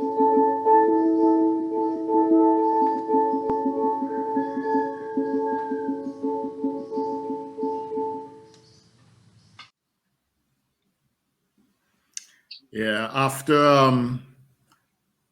that is the Caribbean Center we opened in Hartford, Connecticut, with the Marcus and Amy Garvey's speeches. Yeah, and after that we saw Roel Gibbons, who is the founder of the Creative Arts Center, now the Department for Creative and Festival Arts at UE. Tony worked with Roel quite a bit. He directed, co-directed Man Better Man, Errol Hill's Man Better Man in 2002 for the Creative Arts Center. So that was Roel saying a prayer on behalf of Tony with his wife, Pat Gibbons, and their youngest daughter accompanying them on the pan. So thanks for that, Roel. Thanks for being a part of it. I know Tony was really close to UE Creative Arts Center.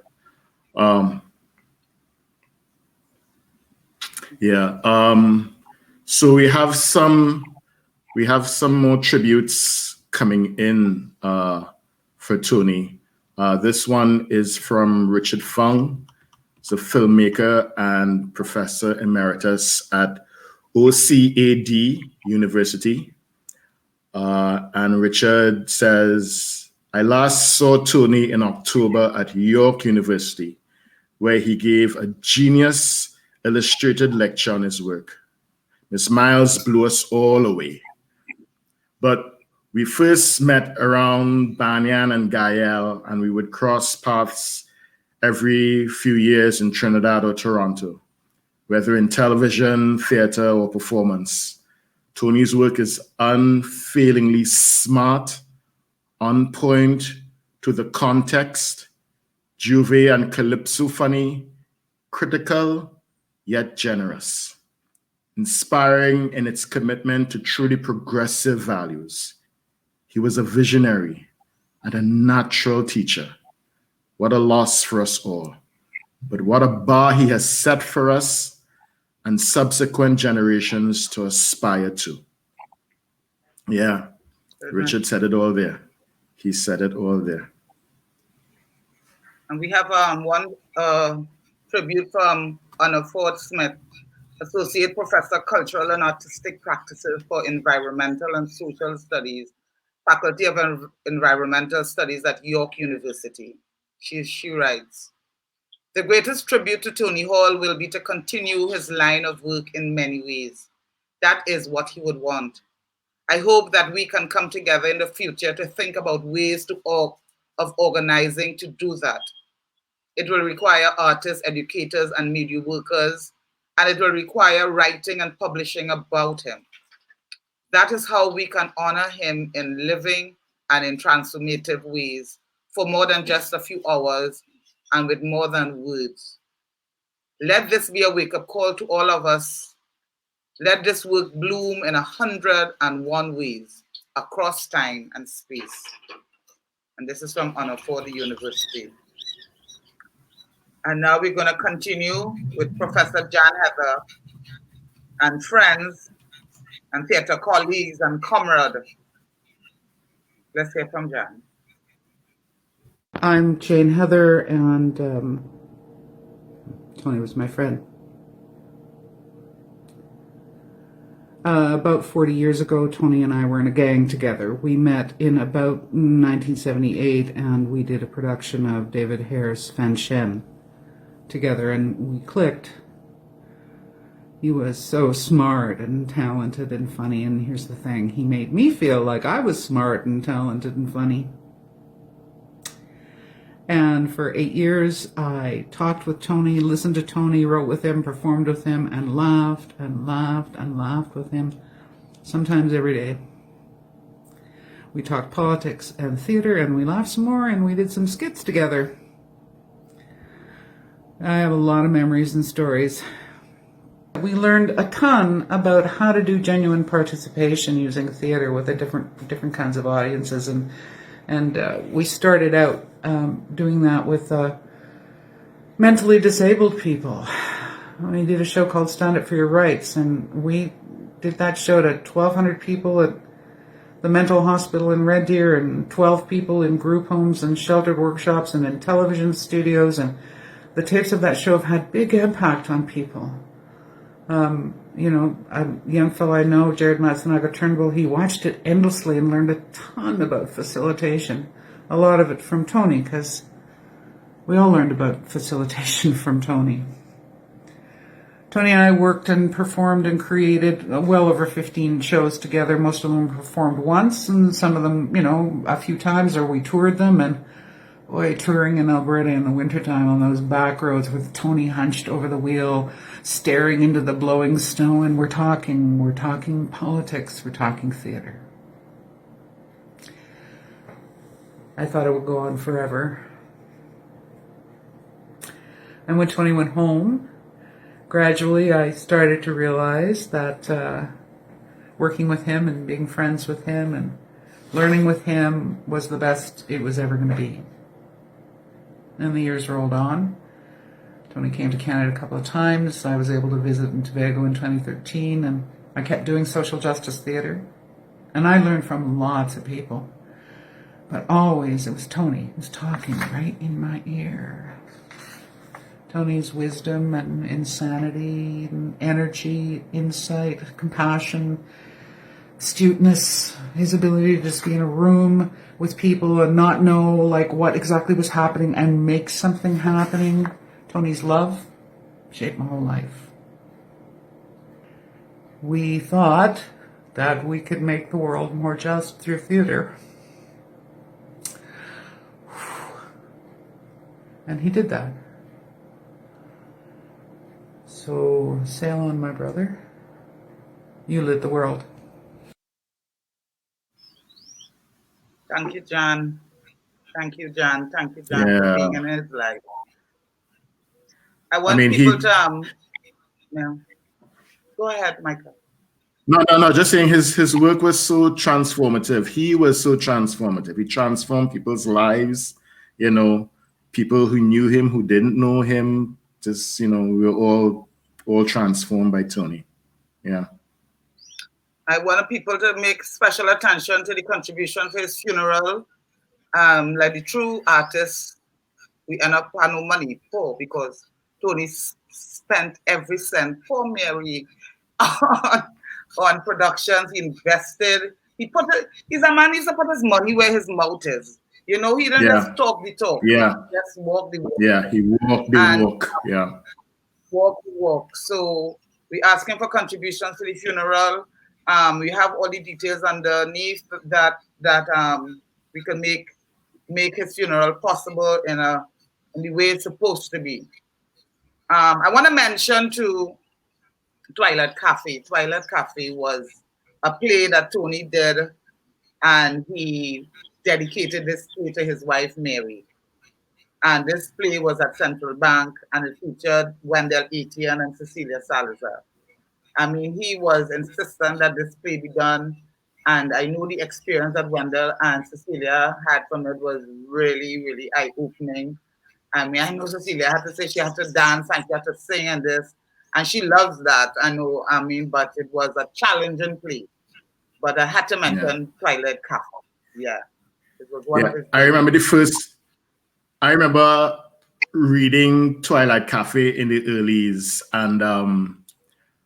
and just being astonished, being really wowed, in awe of how he was able to, you know, to explore that man-woman relationship, you know, you know, and go to like really uncomfortable places with that relationship of the sexes and what it means, what's in nature of it, you know.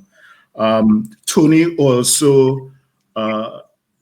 also was playwriting professor at UTT, University of Trinidad and Tobago's Academy for the Performing Arts.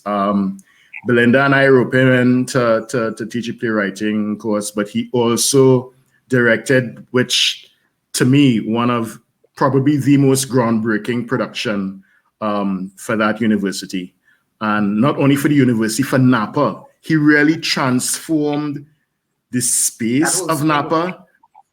Yeah, and that production that he did made Napa part of the environment, part of this space. He used processional theater, street theater, and the production was Earl Lovelace's The Wine of Astonishment. And that production was commissioned by Professor Hollis Liverpool, Chalk Dust, and Professor Helen de Pisa to commemorate the institution of the Shouter Baptist Ordinance and its repeal. It was in 2017 we did it. So 1917 was the Shouter Baptist Ordinance. So it was 100 years. So we thought it fitting to do that. And you know, I mean, that was a hard production for Tony because we faced a lot of opposition. We faced a lot of opposition, which ironically, it was like the opposition that the Shouter Baptist faced as well too. You know, just to affirm itself in this space. You know, we got a lot of opposition.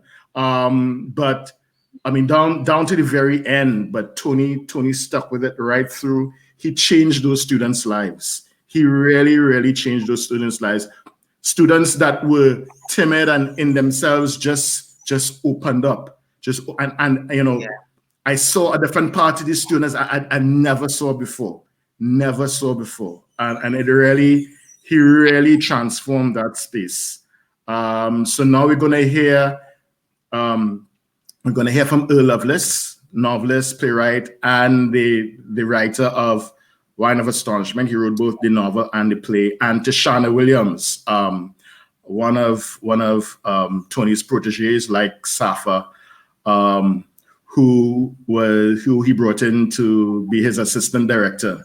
So it was important for Tony to pass on the knowledge, you know, from Jouvay Popular Theater to everything else, you know.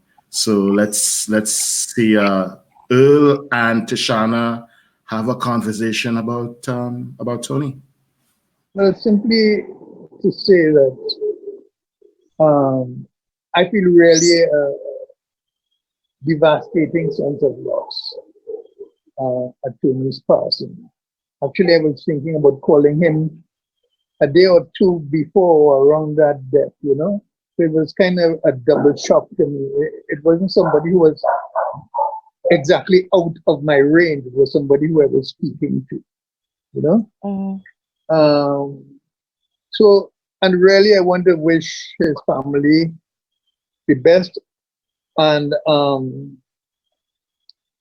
I know it's a very sad moment, and I hope we rally around them and do what we can to make life easier for them now that he's not here. You know? So that is on that level, right? On the other level of Tony himself, maybe you can say, you know, you're meeting him and so on.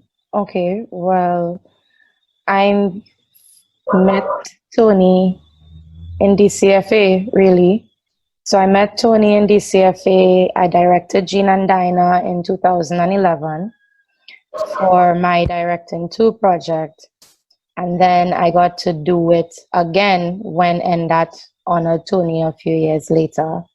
So that was our first interaction, was Gene and Dinah. And then after that, we connected because of the fact that we got each other's minds, in a sense, and we saw play and work very similarly. So it was easy to kind of come together in terms of talking about projects and production. So when he started to do wine, Tony was kind of the person that would just say, he would just tell you, I'm doing something, come and do it. You know, so by wine, we had probably done about 3 or 4 projects. And he saw me and he just said, I'm doing wine and you should come. As a matter of fact, come. And that was the kind of relationship that we had. Just being together and talking and just being in that space. So getting into wine and getting to co-direct wine with him was a real amazing thing, and something I think that kind of solidified the relationship and the fact that we did see work similarly. And it's always such a loss to lose somebody that sees the way Tony sees, you know, so. Did you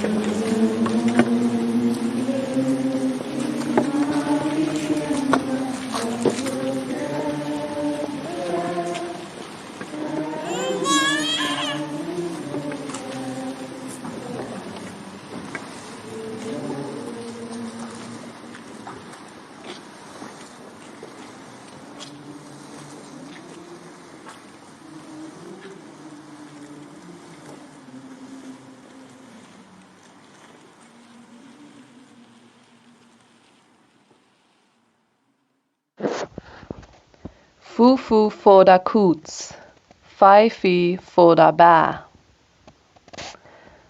All over and mostly under, it breathes water. Water is its path. Large parts of the day it spends lying still. But when it thinks it's lying still, it's not lying still at all. No. The very length of it, if you could even call it long, because it doesn't necessarily manifest in such a known form, the very thing could never be called still. You know it, and you've seen it in many forms and in many places. There was this once that the river monster tried to really say something, and this happened on a rainy day. It was just there brewing under the city as usual, when suddenly it felt something reaching out. This was so near and shouting something it could not decipher.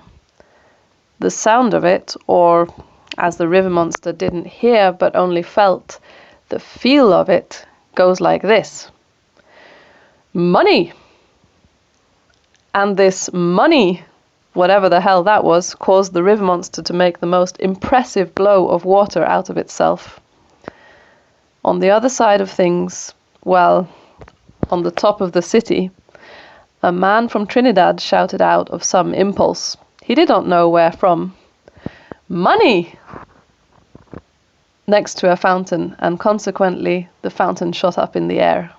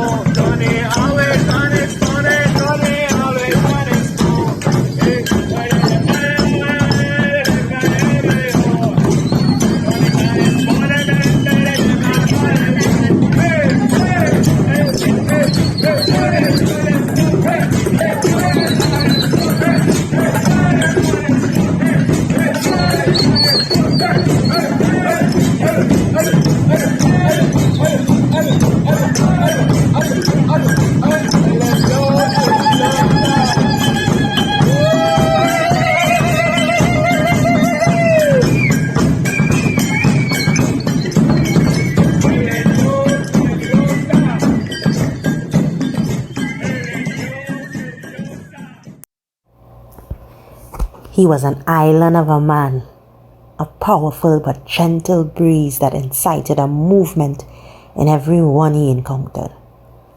His words emancipated us all, and his actions endowed us with strength and courage. His voice, an unforgettable laugh that has charged us with the knowledge and understanding needed to dance and fight. We give thanks for you, Tony. Rest in power. Dance and fight, you giant.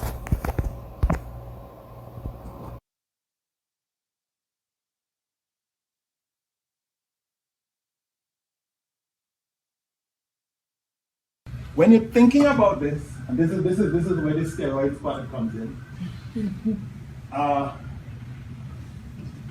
was thinking, and I will throw this out, I was thinking of Brexit devils. Brexit jacks. Yes? Simply making it topical. I did a workshop a few weeks ago, the University of State University of California. We did Orange Devils. Obviously Trump devils. But we couldn't say Trump because there was Los Angeles is a sanctuary city. There are a number of folks there who probably were illegal. So we didn't want to go the whole Trumpian hog. So they were Orange Devils. And if you see the video, they kind of hedged. They didn't really go orange, even though all the paint was there and so on. A little orange ribbon here, a little orange paint on the banner, and so on. But so you're thinking Brexit, but you're not thinking Brexit in the broadest political sense. But the Brexit might affect you in a particular way, and how it affects you.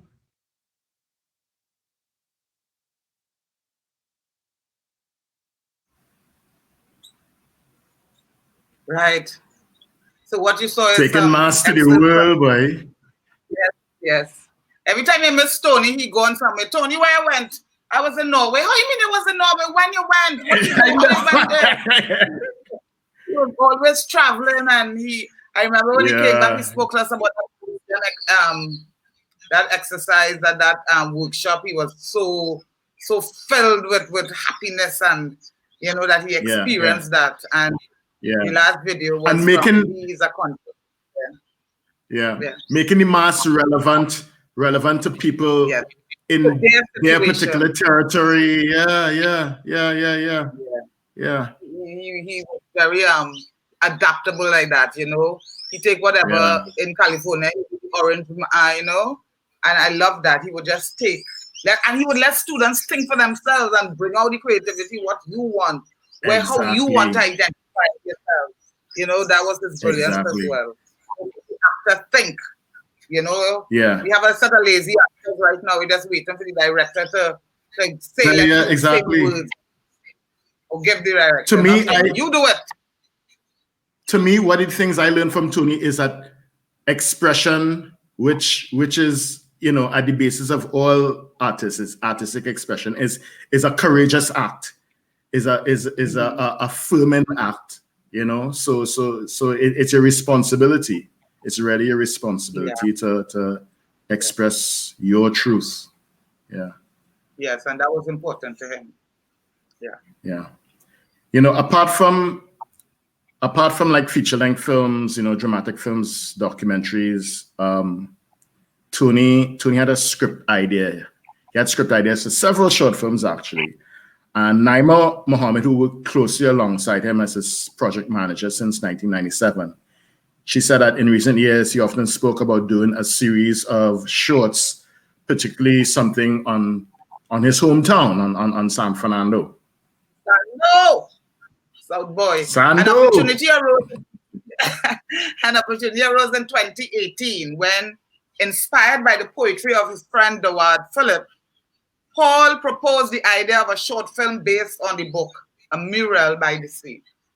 With some financial support from the Lang family in San Fernando, collaboration began among Tony, Dawad, Naima, and Timmy Mora. And the film was launched in San Fernando at the City Hall in 2018, and then screened at the Trinidad and Tobago Film Festival, in 2019. On Friday, April 18th, just mere days ago, Tony called Timmy Moore about the film. Timmy Mora shared his ideas to add some more visuals, and they agreed that soon. They agreed to that soon, and to relaunch the first part of the film. Today, that launch will be premiered here, but with an addition. During the making of the film, Naima took several photos, which Timmy has edited as the team's tribute to Tony Hall. So let's see. Let us now see Mural by the Sea, directed by Tony Hall, Timmy Mora, Naima Mohammed.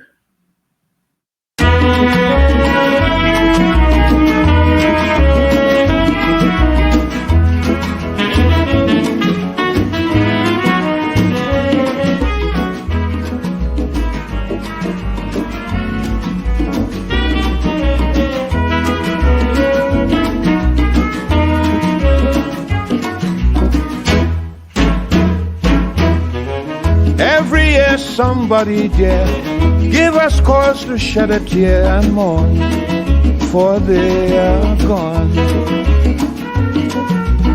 Now all that's left is a faint memory, based on the theme of a strange melody.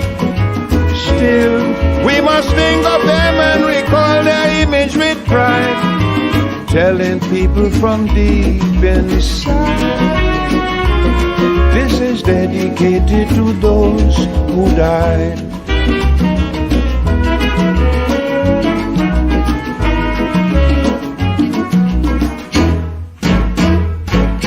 How many have known a friend playing mass down to the end who will never again?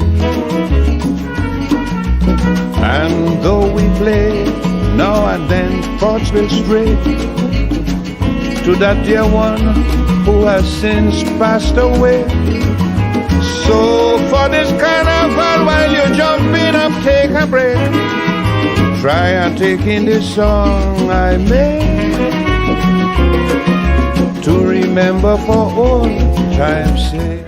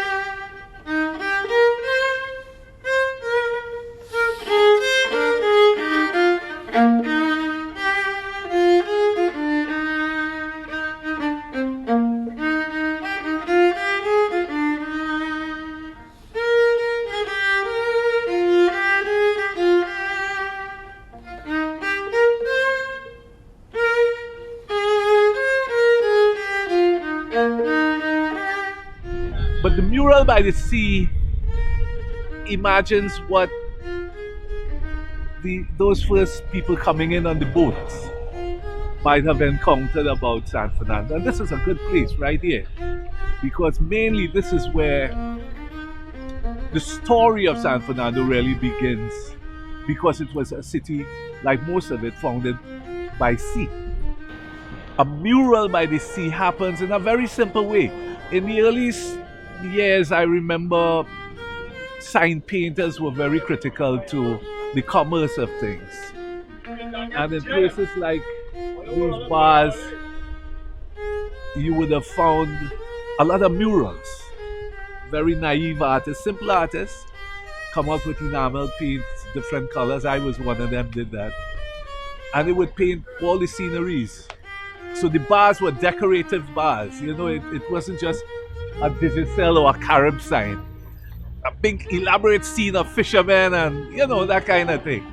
So that image brings the mural to mind. But that image also had people. And therefore the image has stories. And that begins the journey.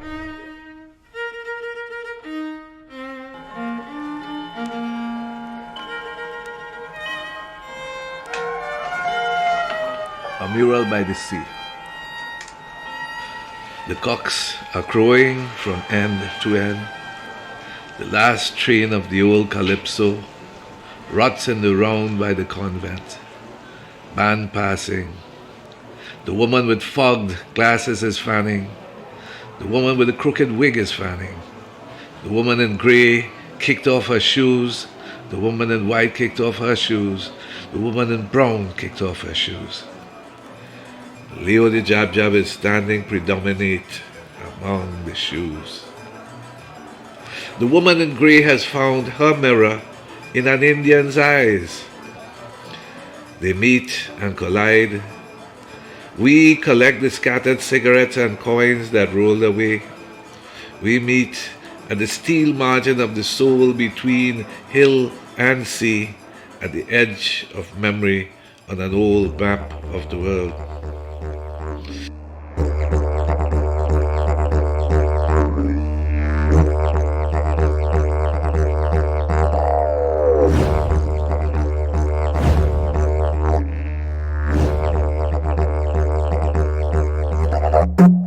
Not a day passes when the moon is not crushed into a million, when each shard does not sharply recall the dutiful ocean, mud road, or whistling eye of a star.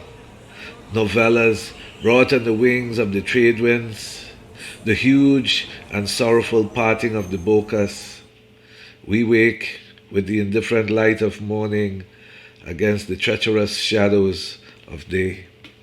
A horsewhip slithers through the grasslands of Vista Bella, through Marabella, making its way past the silver domes of Pointe-à-Pierre. Lush acres of cane fields stretching across central, yellow Carib smoking leaves under the Arima dial, a herds boy and his mud-caked bulls at Aranguez, the blackened corridors of old South Key Station.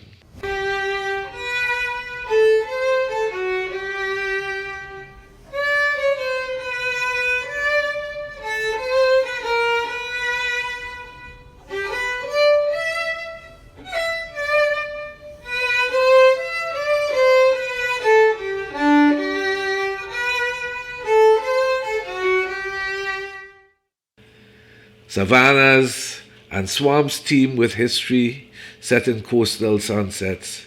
Grinning monkeys by the luminous river where all along we lived in the sign painter's eyes. His sweeping skies and emphysemic horizons going down, down at dusk. A flaming cane arrow pierces an ox-pecker cloud, curls to ash like swamp grass to a sadhu's prayer.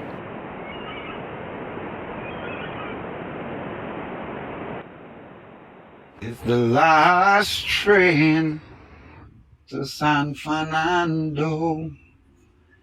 It's the last train to San Fernando.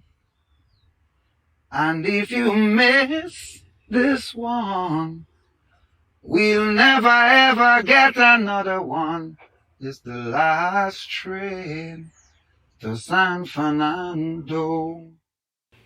And here we are, Sarah, resurrected in the forest of mass and myth, the enamel world of the flame, braving silence for a singular language, occasional light, occasional stone.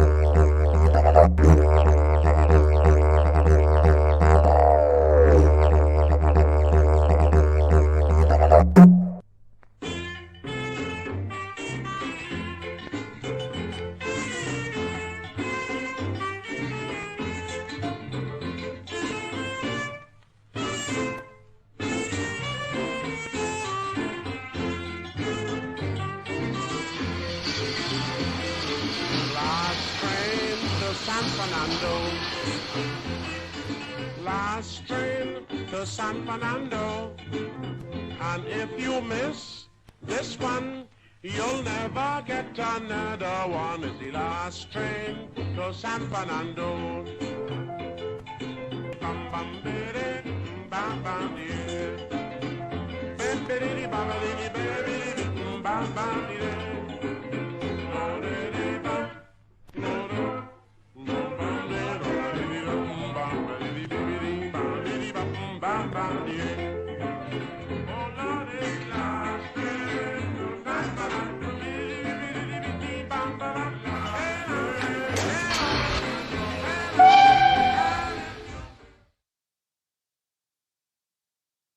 This still seems so surreal. I can't believe you're gone, Tony. Tony Hall, working on Red House Fire, was one of the biggest challenges I think I ever had as a producer, for sure. Tony knows exactly what he wants, and he's very specific. I would say demanding. Understanding, but demanding. And we had to get scaffolding and yards and yards and yards of red fabric. Of course, on a shoestring budget as usual.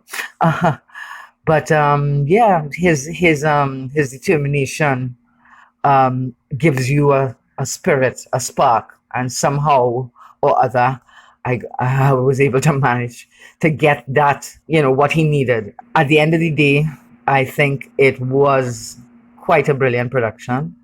And as Tony is quite a brilliant writer, although he would never say so himself, director and mentor.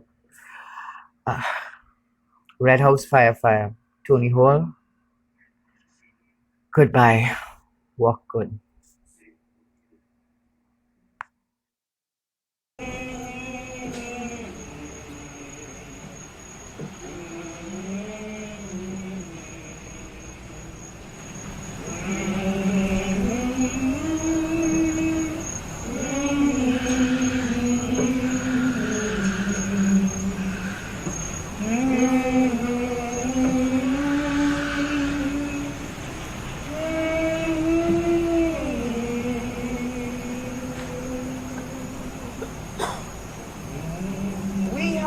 To tell the stories that we are told, that happen, that we live through and we create, and that we see other people doing, and how we come to think about things the way we do.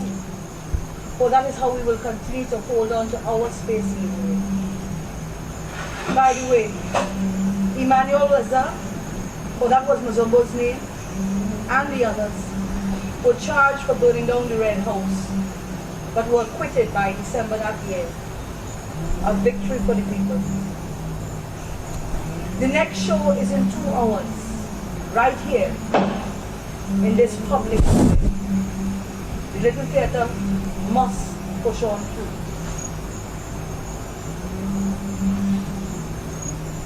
Tom Holder was also tried and acquitted for the murder of Eva. We will bury our dead.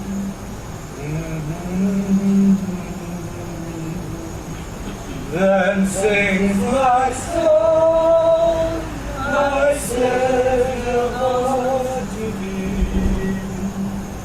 How great thou art, how great thou art. Then sings my soul, my Savior God.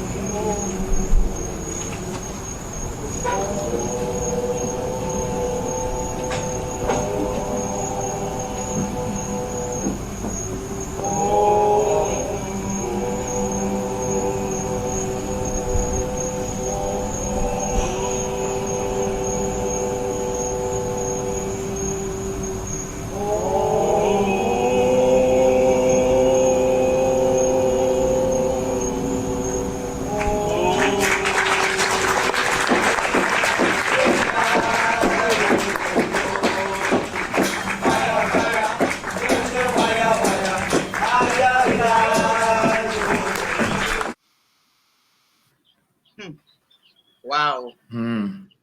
Wow. What a Remember that production, boy. boy. Yeah. I was actually supposed to be in that, but then I went away and to study and kind of stuff. But I mean it, and that production kind of just brought like history, present, and future, just kind of like all into kind of like one seamless, and he really, to me, Tony really understood ensemble. He understood a company. You saw the Norwegian theater stuff that he did with Mud and the Leeds Brexit Carnival thing, and the work that he did with State University California with the Orange Mass, and just kind of bringing history, the present, and the future, together, with this ensemble. Brilliant. And who was that funeral? Who was the ensemble in The funeral was by Christina Lacroix, aka Eva Cavallo. That was me, that little skinny girl I was seeing going across. And present at Manohar Duki, aka Ram Chichacha, and Ram the Silent God. That was played by Arnold Goyden, who sat skinny as well. Yeah. Penny is still like a penny. Penny, yeah. Tourist Annie, that was played by Deborah Maylard, one of the few productions that she was involved with Tony. The father, and that character was kind of based on Tourist Annie. Yeah, Tourist Annie. Was based on Tourist Annie? Yeah. Syrian. The actor was Alcazar, and Captain Darwin was played by Christopher Pinero, a longtime friend of Tony and Barry. Yeah. Yes. And actually, we have a message from Christopher Pinero. Christopher Pinero was also a past president of NDAT, National Drama Association. Christopher is based in Toronto now, and he writes. He says, "I celebrate the life and work of Tony Hall with his very own words from his epic theater piece, Red House Fire Fire. Red House Fire Fire performed only once in 1999 at Normandy Under the Trees. It was my last production in Trinidad before leaving for Canada." This is Christopher writing. And the words are spoken in the finale by the character of Tourist Annie. They are a testimony to Tony's mandate and his legacy. And these are the words, the lines spoken by Tourist Annie, who was kind of also based on Beryl McBurney as well, too, from what I remember Tony was saying. Yeah. Tourist Annie says, right, exactly. Tourist Annie says, "We have to remember to tell the stories that we are told, that happened, that we live through, and we create, and we see other people doing, that we live through, that we create, and we see other people doing, and how we come to think about the things in the way that we do. For that is how we happen to hold on to our place in the world." Right?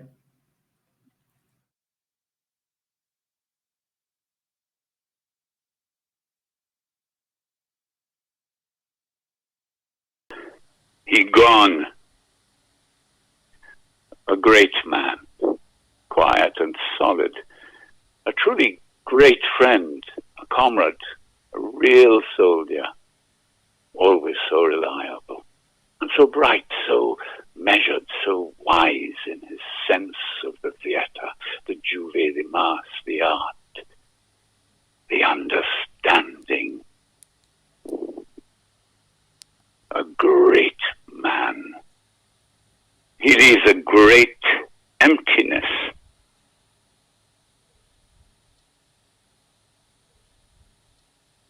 Hold me up, somebody.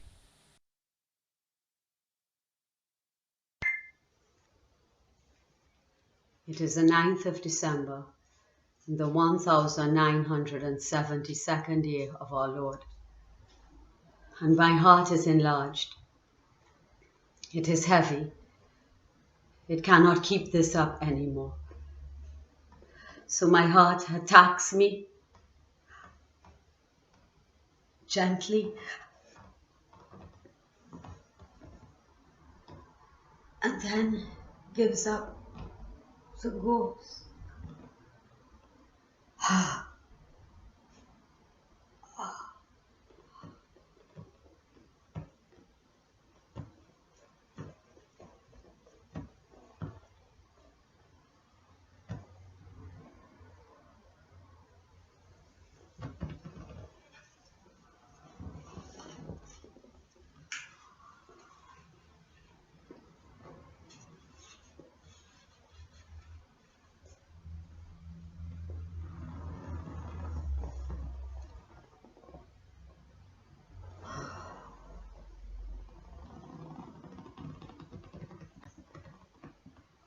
Across the way, not far from here, under a house, some friends have gathered. They seem to be at a wake, or maybe it is a choir rehearsing something. Is it for someone I know? Maybe one of my friends? I hear voices I know. Some singing, some shouting, some screaming, some crying. I could put names to those sounds. Almost. There's a distance between me and them, but I recognize those voices. I know them well. Night turns into day, then back to night again, as my friends recede. I try to call out, "Hello! Hello!" I hear my voice, but no one else seems to hear. Hello! There is no one here to hear that sound. There is nobody here, not even me. Anybody here? I make my way to a guard hut. The guards are sitting around eating fried chicken.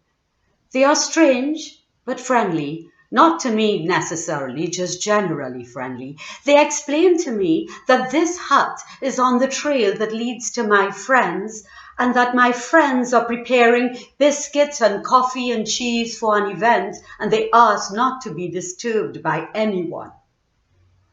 I just want to get to my friends, I plead. So the guards decide to call on the phone. The phone does not work. Eventually they are told that indeed a rehearsal is in session, and when it is done, in a few minutes, my friends will be out. It occurs to me that no one ever knows what they are really rehearsing for. It is daylight now. The dawn. My friends are filtering out, lively and energized. They are led by a dancer, La Belle Rosette, waving a huge red flag, and an African man drumming on African drums. He was with me on the Black Power March. I whisper to him, "Don't let them do to you what they have done to me." He smiles a knowing smile at me. The dancer's eyes are closed. The others dance straight past me. They don't even acknowledge me. Funeral style. Some of their faces look familiar, others don't. Some of them are covered in mud from head to toe. I know these anxious faces. Only the drummers and the dancers' faces are not anxious. Then the faces change and They become other people, mud I don't recognize. Even when they look familiar through the mud, they keep changing as they continue to sing and dance. Oh, hey, oh, hey, oh, hey. They leave a trail of silence behind them.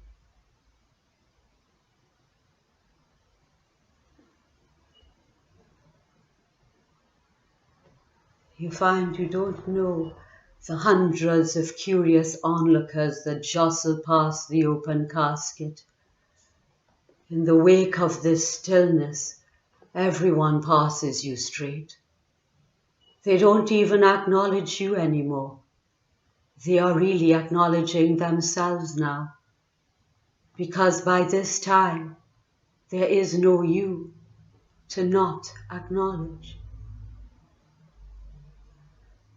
Left alone in this dark box, a grave situation, nowhere to go. I will rest here now. There will be more than a moment of silence in this house.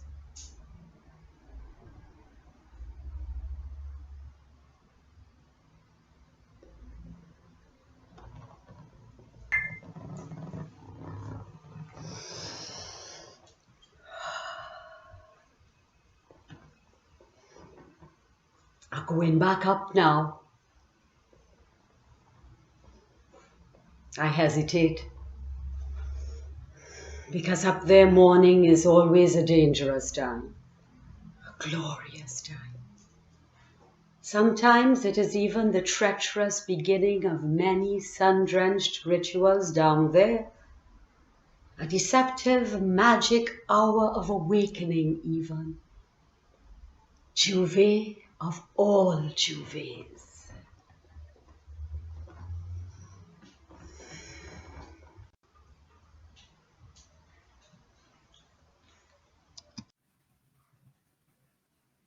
Brilliant. Wow. Wow. Brilliant. I mean, Tony understood life and death like, I don't know. Silence. Yeah.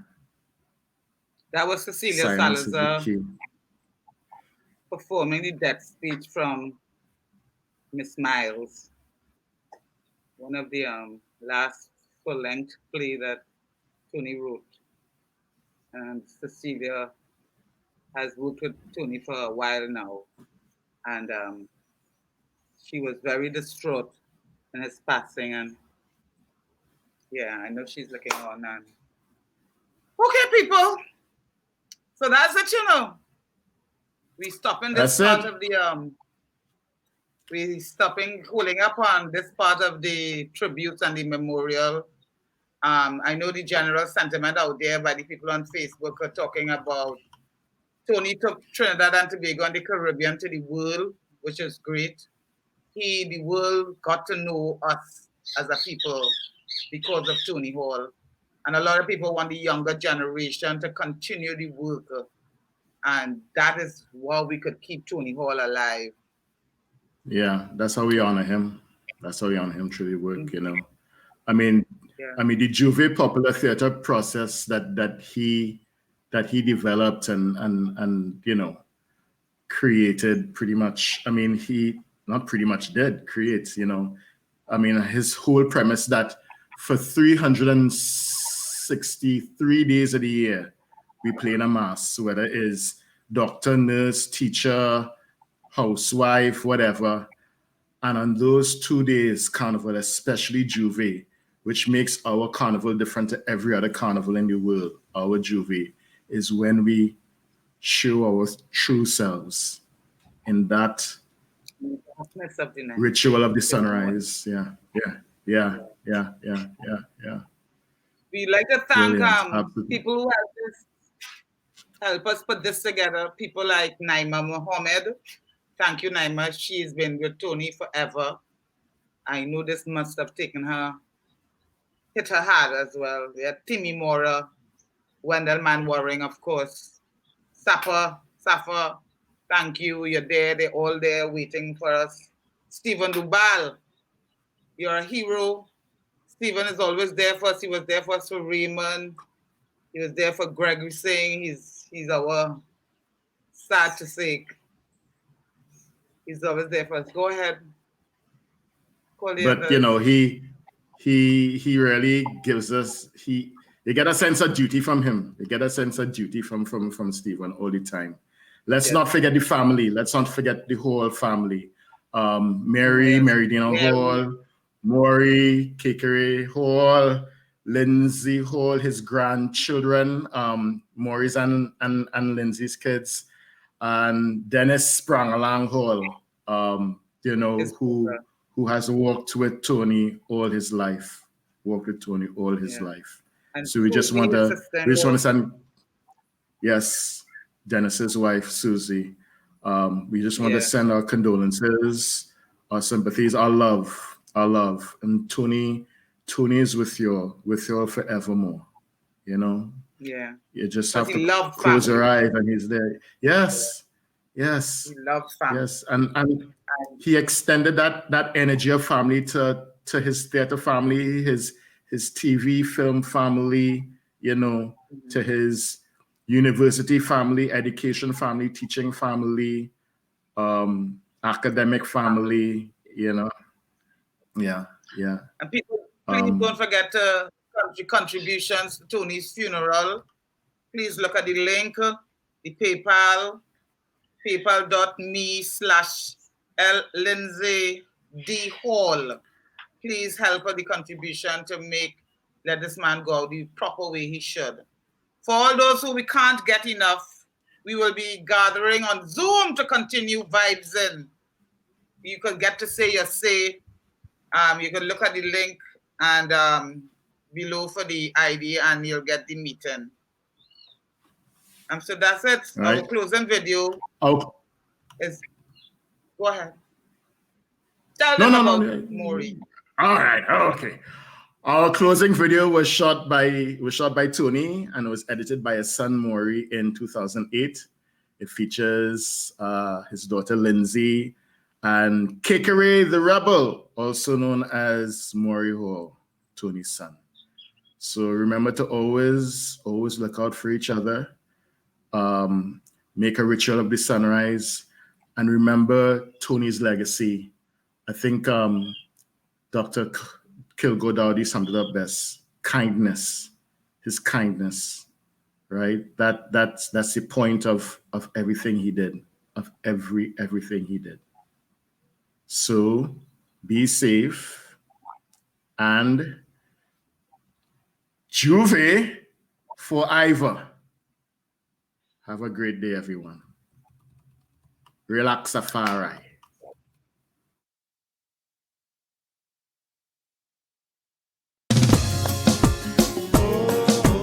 I am Kikere, and this is a new generation. Oh, this is a new generation. Oh, with vibes to heal the nation. Oh, and positive iration, yo. Oh, this time we truly confident, yo. And we don't have to be militant, no, cause this time is truly heaven sent, yo. Well, it's one people under one sun, and it's plain to see that we're all one. What would love do now? That is the question. And I know that we see real trials. We can't turn back, we walk real miles. When we get there, we see real smiles. I dream of a day where every child could play, with no children carrying guns in them hand, whether TNT or Iran. And so I said, oh, this is a new generation. Oh, with vibes to heal the nation. Oh, and positive iration, yo. Oh, this time we truly confident, yo. And we don't have to be militant, no, cause this time is truly heaven sent, yo. Well, it's one breath and it's one life. And it's no stress when it's one light. In the darkness, we can shine so bright. And I know that when we reach now, we can give back, we can teach how. We will look back, fix the breach now. Yeah, I dream of a time when every man could lime, when the money distribute to Jayut and the ghetto is doing fine. And so I said, oh, this is a new generation. Oh, with vibes to heal the nation. Oh, and positive iration, yo. Oh, this time we're truly confident, yo. And we don't have to be militant, no, cause this time is truly heaven sent, yo. I dream of a day where every child could play, with no children carrying guns in them hand, whether TNT or Iran. Yeah, I dream of a time where every man could line, when the money distribute to Jayut and the ghetto is doing fine. And so I said, oh, this is a new generation. Oh, with vibes to heal the nation. Oh, and positive iration, yo. Oh, this time we're truly confident, yo. And we don't have to be militant, no, cause this time is truly heaven sent, yo. I said, oh, this is a new generation. Oh, with vibes to heal the nation. Oh, and positive iration, yo. Oh, this time we're truly confident, yo. And we don't have to be militant, no, cause this time is truly heaven sent, yo.